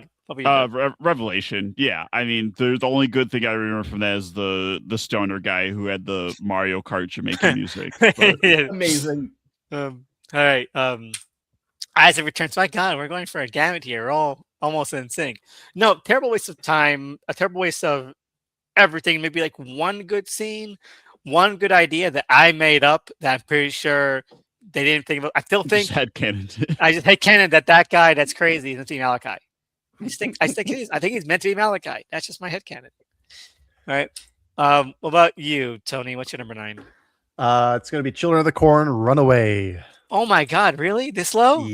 Yep, this low. I think that Runaway was so bland, so terrible. When I look back on it, it's just like that was trying so hard to be something that it wasn't so hard, but it failed so hard at it that I can agree with that. I can agree with that, but I don't know the spunkiness. We're gonna have some interesting results here. we are. Like, I already know where things are going with. What about you, Doug? What's your number 9? Better not be Runaway. I had fun. No, it's not. It's 5. I could easily feel the tear, right? Yeah, I could have easily said. See, I had to look up which because these all blurred together. Like I have to be like, what happened in which one? This easily could have been Isaac's Return, but like the 5 was just also so bland and nothing. Yeah, well, you guys are not gonna like my top of my fucking list. Number 8 for me is Final Sacrifice. This is where things start getting. I can kind of see because outside the whole racism stuff, I did like Frank Redbear. I do enjoy the way it kind of really cares about the stupid crime subplot, conspiracy stuff. But it's still really bad. So fuck it. What about you, Tony? What's your number 8? Goodbye, Frank Redbear. You were as big as the sky. I'm also going Final Sacrifice. Okay. We're almost there. I agree. It's for me, it's the least egregious of the bad ones. That's my opinion. Yeah, it's racist. That's why it's down here. It's just racist, but it's not like misogynist or homophobic. So we're good. What about you, Doug? What's your number 8? Isaac returned, and he was there. Did he ever even leave? Yeah, it felt like he never left. Some say he's still sitting in that bed. He's still there now to this day. All right, number 7 is remake 2020. You know, so that just means everything that we just, everything else is better than what we just saw. Sit on it. All right, stew on the ones that are better than this one that I think they're better. Okay. Okay. What's your number 7, Tony? I'm going to say the 2009 remake.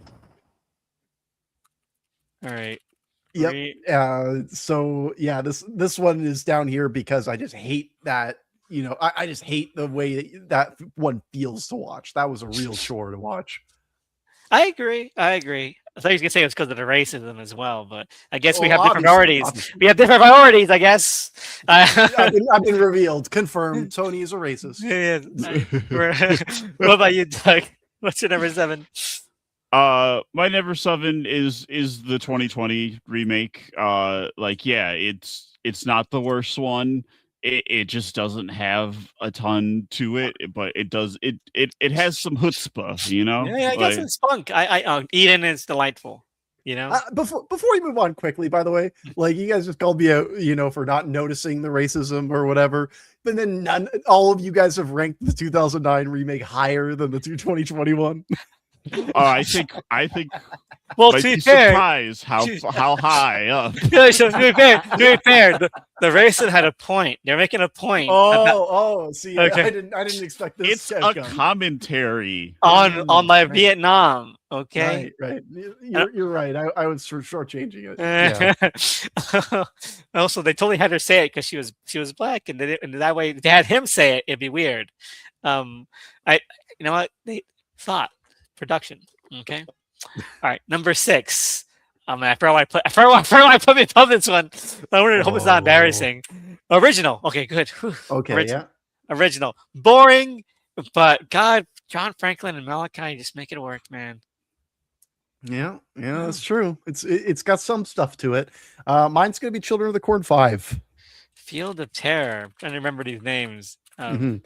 I will never forget that sequence where Eva Mendes is walking up that ladder and everyone's just watching her. We got like 5 shots of her panties clear up. It's crazy.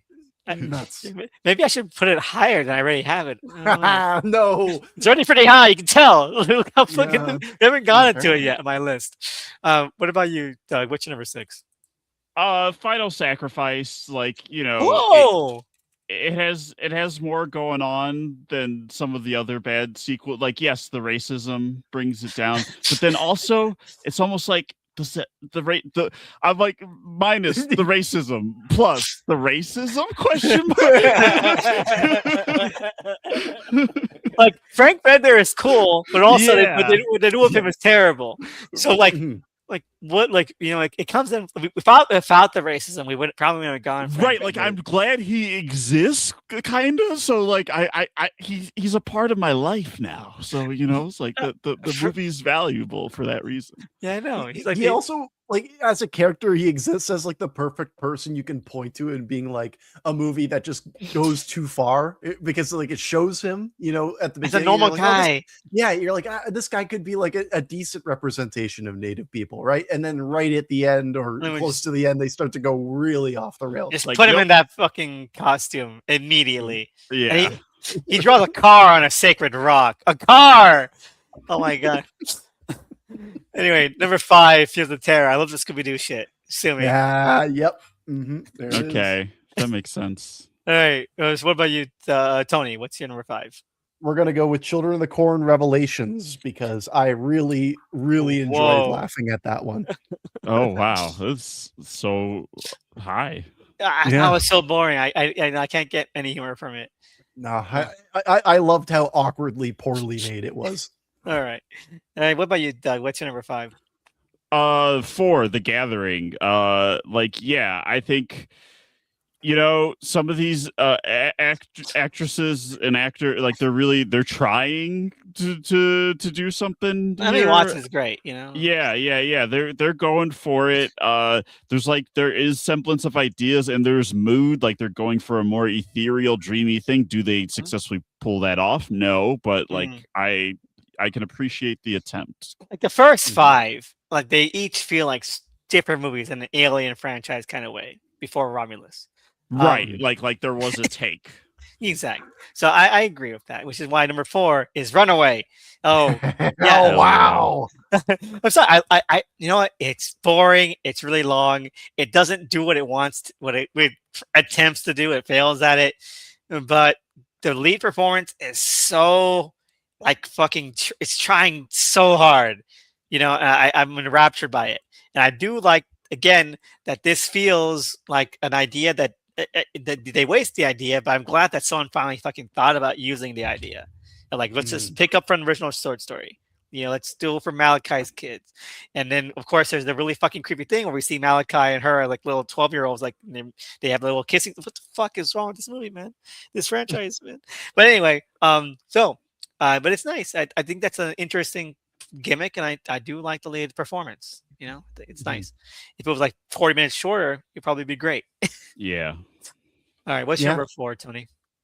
It's going to be the original Children of the Corn, and I just wanted to quickly say, like when we started to do this, right, and Yeah. when I was getting into this, I was like, you know what, it's probably going to be a given that the original is going to be the best one, and all these are just going to suck. But I will say that like this is the fact that there are 3 others that I think that are better than the original. That's good in my books in terms of franchise batting average. Then again, the original isn't all that great, you know, so it's Yes. not like a huge high regard. But I will say that like I am glad that we did this, and the fact that it is at this level, I'm happy with that. Yeah, I really appreciate and respect some of the stuff that's in the original, while also understanding why this franchise is as flawed as it is. Because I think a lot Yeah. of it is from the root. You know, Poison root. Yeah. yeah. Mhm. What about you, Doug? What's your number 4? It's Runaway. Run Yeah. Oh away wow. fast as you can. No, I mean Marcy Miller Yeah. is really her back must be so fucked up because she was carrying this thing. Yes. And like I like the idea of it. Like I feel like that goes a long way, even if the execution is really dull and repetitive. And like you said, it's like way too long because we're so ahead of it. But like if you had like just cut it in half, like you have like something kind of interesting here. Yeah. I you just need to stick to guns more, or just maybe just admit that this isn't a franchise that can sustain an entire movie. You know. Mhm. Anyway, number Yep. 3, remake. You know, Wow. sci-fi remake, 2009. I you know what? I didn't like it when I first watched. It was boring. Like years ago when I first watched it, when I first figured out Sci-Fi Channel, I didn't like it. Watching it now, maybe it's just like a charm response to all these other ones we've seen. But I'm like, this is really cool. This is funny. This is stupid. This is so silly and ridiculous. I'm into it. I'm all for it. You know, I like the stuff where they give fucking Malachi a Spanish guitar kind of little theme tune. Yeah. I like that it turns into Predator like 50 minutes in, and all the really stupid and I'm gonna say like incongruous um what's military and war themes. Like Mhm. like was he right to like kill all those kids? I don't know, man. What's we trying to That's the say? question it's asking. It's about something, you Yeah, know. it's thematic. Mhm. It's hard hitting. What about you, Tony? What's your number 3? My number 3 is going to be The Gathering. Ooh. Um, I think that this was like that whole like intro to the whole like thing that happens at the hospital and everybody the whole town with the kids, that was so effective and Yes, still yes. like lingers in my mind of like that was actually good. But you know the movie does really fall apart. It's Mm. not a perfect one, but you know I probably would recommend that one to somebody if they wanted like something specifically from the 90s with some mood. Yes, of course. No, I completely agree. Um, and I feel like this the Gathering more than anything. If it was actually like 2% better, it would be like a really fucking solid movie. Like it's the For sure. closest to me for being good. But what about you, Doug? What's your number three? The original, yeah, everything we've said about it being poisoned roots and like all the flaws and Wait a how minute. what Oh no, no, go ahead. I have to realize oh that there's only two more things that you could do above this. Like what the fuck? like yeah, how dull the execution is here. That's all true, but like Malachi and Isaac, like and even Rachel or Ruth rather, like yeah, those kids are really have presence, and I mean yeah, they're it's not a good movie, but I can understand in hindsight why it's iconic, because when you get to those parts where it's like outland, anytime Malachi's doing anything really, you're Yeah, like, yeah, this fucking is great. I mean, not it has great, but juice. it has juice. Yeah, Yeah, and the rest of it really dull, and well, maybe they'll improve upon that idea in yeah, another iteration. We'll see. yeah. We'll see. Yeah. So my number two is The Gathering.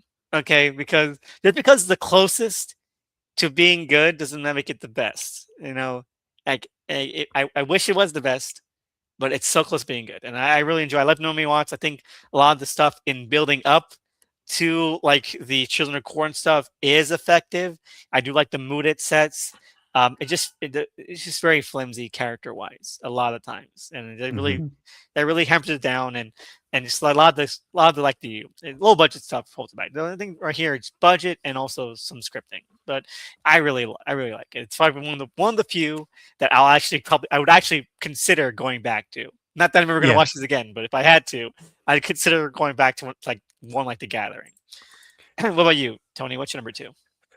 I'm gonna go with the 2020 remake. Yeah. So when it comes to this, is very similar to what I said about Revelation. I Mhm. laughed really hard watching this one. This was the one that not the one I laughed the hardest at. We'll talk about that when we get to it. But when it comes to one that I had a really enjoyable time with how absurd it was, I really would want to give this one credit, even if it is dumb bullshit. No, 100%. I agree. I agree. I respect it. I didn't like it that much, but I respect that. Well, you, Doug, what's your number two? Number two. The 2009 remake. That's insanity. Be That's it insanity. goddamn now. That's what happened. I know. That's what I was saying. Like, what the fuck? Like, I realized that there were only two more slots left, and that you were gonna make this. Oh, not even I had the gall. That's my number three. But I'm like, I was shocked. Yeah. I was shocked.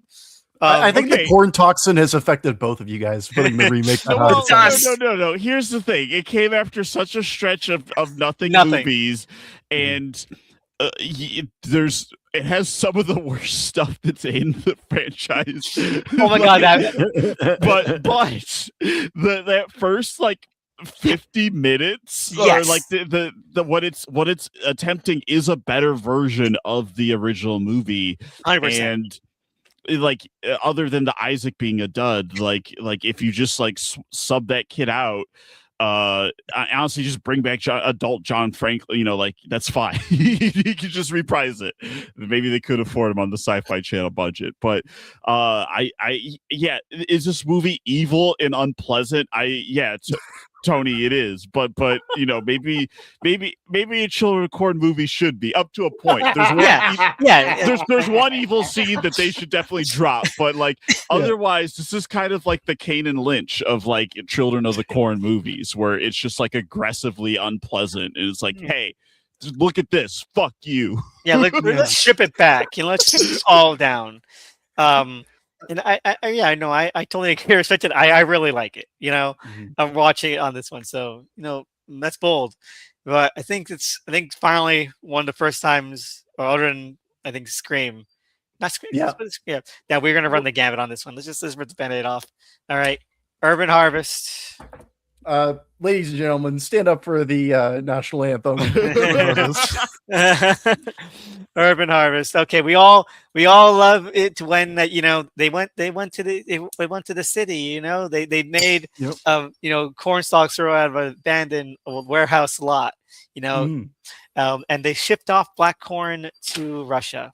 Yeah, they So season of the witch, the ending, which like is a. I feel like that. All these movies kind of blur together. I'm like, I feel like they've done shitty versions of Seasons of the Witch, but this is like the good one. Yeah. Well, that's actually a thing to say too. Is like we've seen so many different concepts within this franchise, and this one does have the most unique take. It's able to have campy elements that are enjoyable to laugh at, but then there are certain aspects that you're able to laugh with, and some of the drama that it tries to sell you on is actually compelling.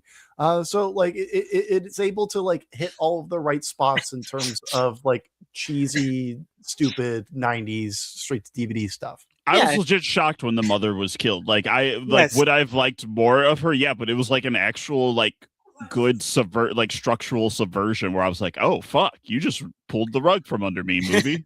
Yes, and I like that it's profane up to a point. Like we mentioned this a moment ago that the bad taste is like kind of embedded with this concept of kids running their own society. Yeah. But like Unless I blacked it out, there is no weird sex thing, right? no, that there No. is, but up to a point. Because remember he's like does that thing where he like licks the mother's ear. That's right. He that 100% is there. But yes, I agree that's in poor taste, but it's like funny and how fucking weird it is. It's what good. it's up to where it should be. Like any more than that, and we're like, no, we have some talks about this. The other movies would just have a sex scene or something like in Yeah. place of that. And I'm like, no, don't do that. Also, it's less than that. We found out he's like an immortal demon. So What was the movie? Wasn't it the 2009 remake? That yes, cuts to the sex scene? we, Yeah, again. we have the orgy scene. It's crazy. Yeah, I'm I saying can't believe I'm not. That movie has one of the worst scenes in the franchise, but it also has one of the best Punisher adaptations of the 21st century.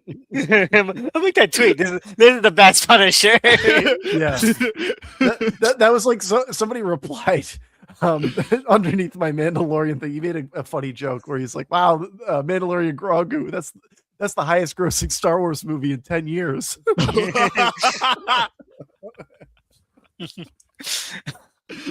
But it managed to have all these tones. It's just fun.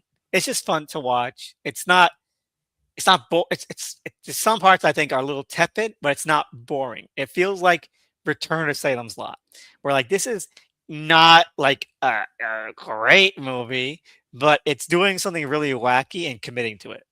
Mhm. Well, unfortunately, the issue there is you invoked Return to Salem's Lot, and that's one of those movies where it's like that's a movie that's better than the original.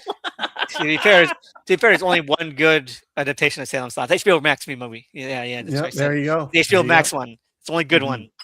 That's the truth, Nuke. I do like that one because like I love how like how like the Mark Petrie turns to like Macaulay Culkin, but like with like Rambo shit. It's great. People are too harsh in that one. Anyway, so Urban Harvest wins. This is our ranking for the corn. I think surprisingly, I think that we align more than we don't. Like we all agree which are the worser ones, more or less, and we all agree which ones are the kind of ones that skew a little bit better. All of these are varying degrees of shit, really, right? And when it comes to like our own, like when it comes to like our critiques with these films, I think we're very much so on the same page about like what's wrong with these films. And then the rankings are just like personal preference, like what would we want to watch again, or like what would we emphasize the salvage from like exactly. What how salvageable are these? Yeah, and you can clearly see in these lists like where our tastes are in terms of what we expect from the Children of the Corn, right? Like I would wager to say that like it seems like Elvis is trying to go the most serious route. Yes. And then Doug's got like, like an auteur take on Children of the Corn in a way, like it's something unique. I And just want the for movies me, to be sexy, like they're Yeah. supposed to be. no, you don't say that. For me, it feels like I want the camp. It feels like I was Yes. enjoying the camp. Yeah, Yeah. you toward the silly. Yeah. I mean, having revelations that high, I think, is I definitely indicative of that. Oh yeah. Oh my god, I cannot believe that. I still can't. Was it because they play House of Dead like kill, kill? Yep. You know it. I mean, that you scene guys was pretty. fucking you fucking brought up the fucking like Donkey Kong, like sorry, Ross, like whatever it was, the Mario Kart, like Yeah. Jamaican music, Right, it but was then the nuts. rest of the movie, most of the movie is not that. That's the problem. It's really That's true. fucking. It's so boring, and it feels like a shitty Hellraiser TV movie. It's just those highs are so high though for me. Yeah, It's like I agree. you're steeped in shit, and then all of a sudden, like a nugget of gold comes to you. I can't be mad at that. I know I can't. Hmm. All right, so we forgot to do bingo for 2020. Oh shit, Let's- that's let's- right. Well, let's- actually, I think it would score quite highly too. It would. Let's go through it. All right, cornfield, yes. Corn-based kills, yes. Farm-based kills, yes. Got both in one movie. Brunette little kid who speaks weird, yes. Prophetic Yes. drawings, no. No. But there's graffiti, but they're after the fact. So, Mhm. The Shining, I'm gonna say yes because she has that vision when, like the middle of the movie. Yeah, it's psychic. Fighting kids, yes. Mm-hmm. He walked behind the rose. Oh, half he's point. there. He walks behind the rose, maybe. I don't know. Bad possession FX making their way to the scoreboard for the first time since we put it on the board. Yes. Yeah. Because if the ending is literal, then yes. Okay. Bad religion, yes. Climax in a cornfield for the first time in a long time, yes. Yeah. We really got away from our roots. Yeah, choral chanting, no, because they lost the rights to the theme song again. It only appeared twice in 2 movies. That's also why the 2009 remake is kind of high for me, because I'm like, they got it back. They got the chanting. It is Because they iconic. preserved the legacy. Yeah, they carried Yeah. the flame. All right. Killing the adults, yes. Is it part of their motivation? Presumably. Pregnancy cliffhanger, no. Okay. Oh, thank God. Yeah, Post-credit yeah. scene, no. Okay. I didn't stay for credits, so probably not, right? No, I checked. There's not. We got, hey, but no, this is like, it kind of almost sounds like it'd probably be the perfect Children of Corn movie if it were actually good. But against the Tony, it is. Yeah, no, like when I was watching the movie, I was recognizing that it hit all of those beats, right? It did. I was like, yeah. So it's like when it comes to it being, a good movie, absolutely not, right? But when it comes to like what I expect from a Children of the Corn movie, it hit all of those beats while still being ludicrous. Yeah, I guess you're right. It kind of feels like the best version of a direct-to-video Children of Corn movie. Like all the other ones are kind of lacking in the stupidity that we kind of expect, and this one has all of it. Like it's just this is kind of thing where someone like is like surfing through Netflix and like, oh, Children of the Corn, they watched it, they would get what they would expect, like a really low budget Children of Corn direct to video movie but it still recognizable. You have kids who are killing people, you have corn, you have a corn monster. It's not like, we were saying, like, where someone, you mentioned this like last week when we were looking like who would watch Runaway and then they get like this Lifetime drama, like that's such a disconnect. Like who was like, but this one, I agree. If someone were like going through like Tubi or something, they happened upon this, I don't think they would be disappointed. They think it'd be probably bad, maybe, but would they be disappointed or like, oh, I got what I expected? I agree. There were children, there were corn, and then also like it gets going really quickly. This is the fucking Waco scene in the first 5 minutes, right? So it's like we're talking about all of these movies and how they're ranked today, right? And I'm looking over my list and I'm like, I'm imagining if I was imagining that perspective, right, Elvis? The idea of like you're on Tubi, you turn one of these movies on, and you're like, okay, this is the one I'm watching tonight, right? I would say like every movie like after the original, right, Revelation down, if I had not watched Children of the Corn before, or if I wasn't doing this podcast series, if I'd started those movies, like there's a chance I probably wouldn't have finished them. Right? Only the original forward have movies where they're compelling enough to where I would feel like I'd want to finish them in my perspective. No, I 100% agree. Like 2020, even though I didn't like it, it's like middle of my list. Mhm. It its tone at least keeps you afloat. It does not. It doesn't drag. We mentioned like Nala happens in it, but there's always like some heavy momentum. Like everyone's no, it doesn't feel like people in are bored to be there, which is Mhm. not I can say for some of these other ones. Um, so it's got a good peppy tone to it. I wouldn't like this if I fell asleep and turned out this was on. I wouldn't be like mad about it. Yeah, exactly.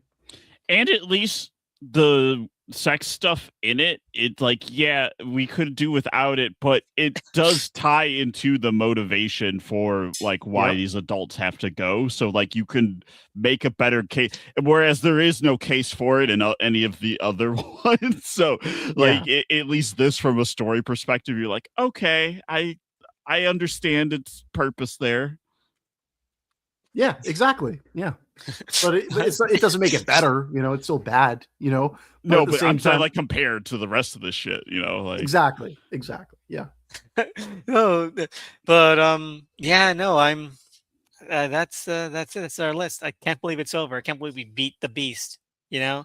I'm Uh, shocked we survived. I yeah, thought we would have pulled the ripcord. I but, don't know that we did survive is the thing. this could be Are, hell. are we still in the back rooms right now? I'm going to open the door and it's me like a solid brick, a solid wall. I can't escape. Or which one was it? Was it Genesis where they're like, "Is this a dream? Maybe we did die." I can't even. Yeah. Yeah. Oh man, I don't want to be sex trafficked like the end of Genesis though. Oh my What a God. terrible, disgusting movie. Absolutely horrendous. Like guy getting yanked was cool. That's it. That's all I got for that one. All right, so yeah, all we watched all the core movies, and all we got was nothing. Not even a T-shirt. But so we talked about it before, and I wanted to bring it up. So Mikkel is going to be back, on a regular time frame in June, Oh, cool. and Mhm. so in middle of June, mid June, and we're talking about talking about Spider-Man. Okay, Yep. with starting June 21st. That Sunday be good for you guys. Works for me. Okay, so we got that all set up. 3 weeks of Spider-Man. Now, between then and now, I don't know. You guys, what I don't know what comes up. I don't know. You guys want to talk about anything? Maybe we need a little break to detox. Whatever, good with you. I'm That- fine with the break, but is there any? I don't know. What are? Is there How any much cake? time do we have? Like in between, like 3 weeks. 3 weeks. Like 3 weeks. Yeah. Like I'm down to do something. Like I don't I don't necessarily need to do a break if you want to keep going, but like at the same time, I don't want to like speak for everybody. If you guys want to take a break or whatever, But Let's see what's coming out. Yeah, that's what I was about to mm, say. Like, I'm sure there's some cape shit or something. Scary movie. Yeah, I got it. We were all good. Oh, okay, that's a good idea. I mean, How because about- we did Scream. So Actually, I think it would be perfect for us to do the scary movies, and we should do them 2 at a time. We should do it so it's like 1 and 2, 3, But Scary and movie 4. comes out next week. Oh, that's right. It does. we don't have enough lead time. So I Oh, think we that's a just got to shame. go straight to. We got to to do 1 and 6. 1 and 6. You know why? Because they both have the go face. That's true. That So is that- true. so- And also so- it would be a direct comparison. Yeah, 2 to Scream. We did the Scream ones. We skipped those over. So we do 1 and 6. Okay. Mhm. Yeah, and the other ones we just say who cares. So the other we can always circle back if you want. I'm totally good with that. Yeah, and I'm down for whatever too, right? Like we do scary. We could do. Yeah, I'm down for whatever. We're good. All right. So after that, there is there's Disclosure Day. Oh, that's right. Yeah. I mean, I'm gonna be seeing that for sure. Yeah. Yeah, you can talk about how much better Game of Physical was. I'm good with that. Mhm. And yeah, other than that, there's nothing in between that and He-Man. I mean, but there's other stuff between that and Brand New Day, but we're talking about Brand New Day anyway. I will say right now, if I have a say in this, I will not want to do a He-Man thing. No, no. It comes out the same day as Scary Movie, anyway. So The Good, critics are saying it's I saw the it, TV glow, but for masculinity. what a Oh my weird God. fucking post. And that guy was such a that guy who posted that is such a prick. So Oh, is sorry. he? So like, Yeah, uh, he's a prick. I didn't even see the original tweet. Can somebody like give me the full context of this guy and this tweet? All right, so Darren Mooney. Yeah, I don't know enough about him as a dude. I just know he's a critic. So yeah, he's basically saying that like it's Oh, about oh like wait, is this is hold on, sorry. You said Darren Mooney. Is this the Moon Knight guy that we were talking about the other day, Doug? No. That Oh, okay, that sorry. guy actually has Moon Knight as his profile picture. He's like Moonlighter or something. I don't Yeah, remember. disgusting. Sorry, go ahead. all right, so yeah, basically, yeah, he was saying that like it's for I saw TV glow for men, basically like becoming the man you want to be, not like owning who you are, and you're kind of because like it's such a such a centering of a allegory toward like cisgender How can I stuff. make this trans allegory Or about me? about people who are heteronormative. How can we make this about us? It's so About weird. my childhood slop. And the thing is, right, I can see where he's coming from because there is an element in the allegory, well, in the content of I Saw TV Glow, where it's about like they're like heroic, they're like heroes who are trapped like in normal human bodies, but they're actually Right. superheroes in like the real world, right? Or The heroic real figure. world is gaslighting them into thinking that is like who they're supposed to be when they're meant to be someone else. And Yeah, meant to be heroes, like but specifically heroes, like they're meant to be Buffy, like superheroes, right. right? So you have He-Man, he's like stuck as Prince Adam, and he becomes He-Man, like a real superhero. And so I can see where his brain made that very basic surface level connection. Mm-hmm.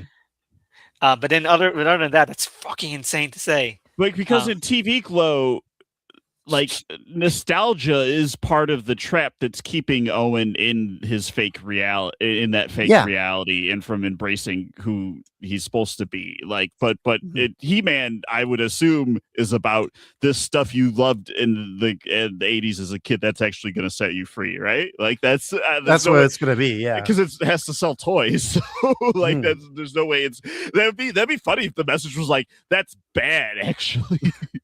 I also like the implication that like I Saw the TV Glow also isn't somehow just for like dudes, like that's a good movie, like I'm a cis guy, I love that movie, like why do I need to have feeling like of not you not being where you think you're supposed to be in life is like a kind of like you could apply that to so many things. Like that's why the Matrix resonates so much, because that's like a feeling that everyone's had, like, oh, this isn't my life. And it also the Matrix also like the Matrix.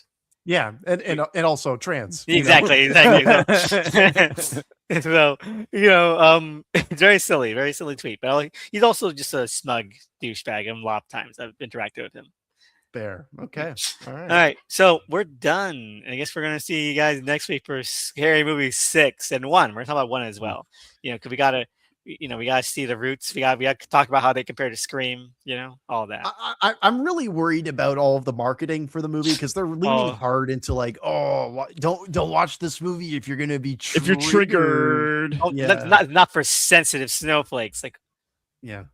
Okay. If they wanted to do that kind of marketing, right, they needed to do that 10 years ago, right? Like it feels so like, and I'm not even saying that as a good thing, I think that's a terrible idea regardless, right? But it feels so like out of step, and if it were more knowing, it would have been a funny joke, but it feels sincere. No, 100%. I totally agree. And like it feels like it's gone away from the fact that it's meant to be a parody of Scream. I haven't seen any Scream stuff in it other than just Ghostface being there. Yeah. Well, they do make a joke about the Scream 7 stuff. Yeah, but like that's like one trailer that they had to edit because it's the ending of the fucking movie. Yeah. They released the ending of the movie. That's crazy. Why would they do that? Yeah, it's perplexing. Yeah. Anyway, we're done. We're done. We're out of here. Let me pull up your guys' rap sheets as I always do. Where can we find Our you, Tony? mugshots. Yes, you can find me at Poor Old Rolo Tony there on Twitter. And I also co-host a show with Doug called These Guys Got Juice. We just recorded our episode on the back rooms with In Praise of Shadows, who has been on this very program. So if you liked hearing from them, you can hear them on our show as well. And Fantastic. I also just recorded an episode for 2 Cent Critic on Special Effects, the Larry Cohen film that's suspiciously similar to Body Double, despite coming out the same year as Body Double. So definitely check that out when it comes out. And one more thing. I did talk about the Backrooms on another podcast, on the Movie Friends podcast. I believe it's going to be coming out tomorrow. So yeah, we'll go from there. I'm excited. You know what? Backrooms, so good. So good. Thumbs It was up. great to talk about it. So what can we hear from you, Doug? Well, like Tony said, we have a movie TV podcast. These Guys Got Juice. In addition to the back room, like we've been just like on a marathon, recording session. So, the back rooms episode will be up. I just uploaded our Obsession review. We had a great guest for that. We've been doing Euphoria coverage for some reason. Those episodes are up, but we also got I Love Boosters coming. We talked about Hokum. We've talked about the Napa Boys. We've talked about The Secret Life of Walter Mitty. That was a really fun one. My good friend Vanya joined us for that. Yeah. So like, just stay tuned. Like, it's gonna be an embarrassment of riches, and the fact that we just give these treasures to you guys. Like, you're welcome.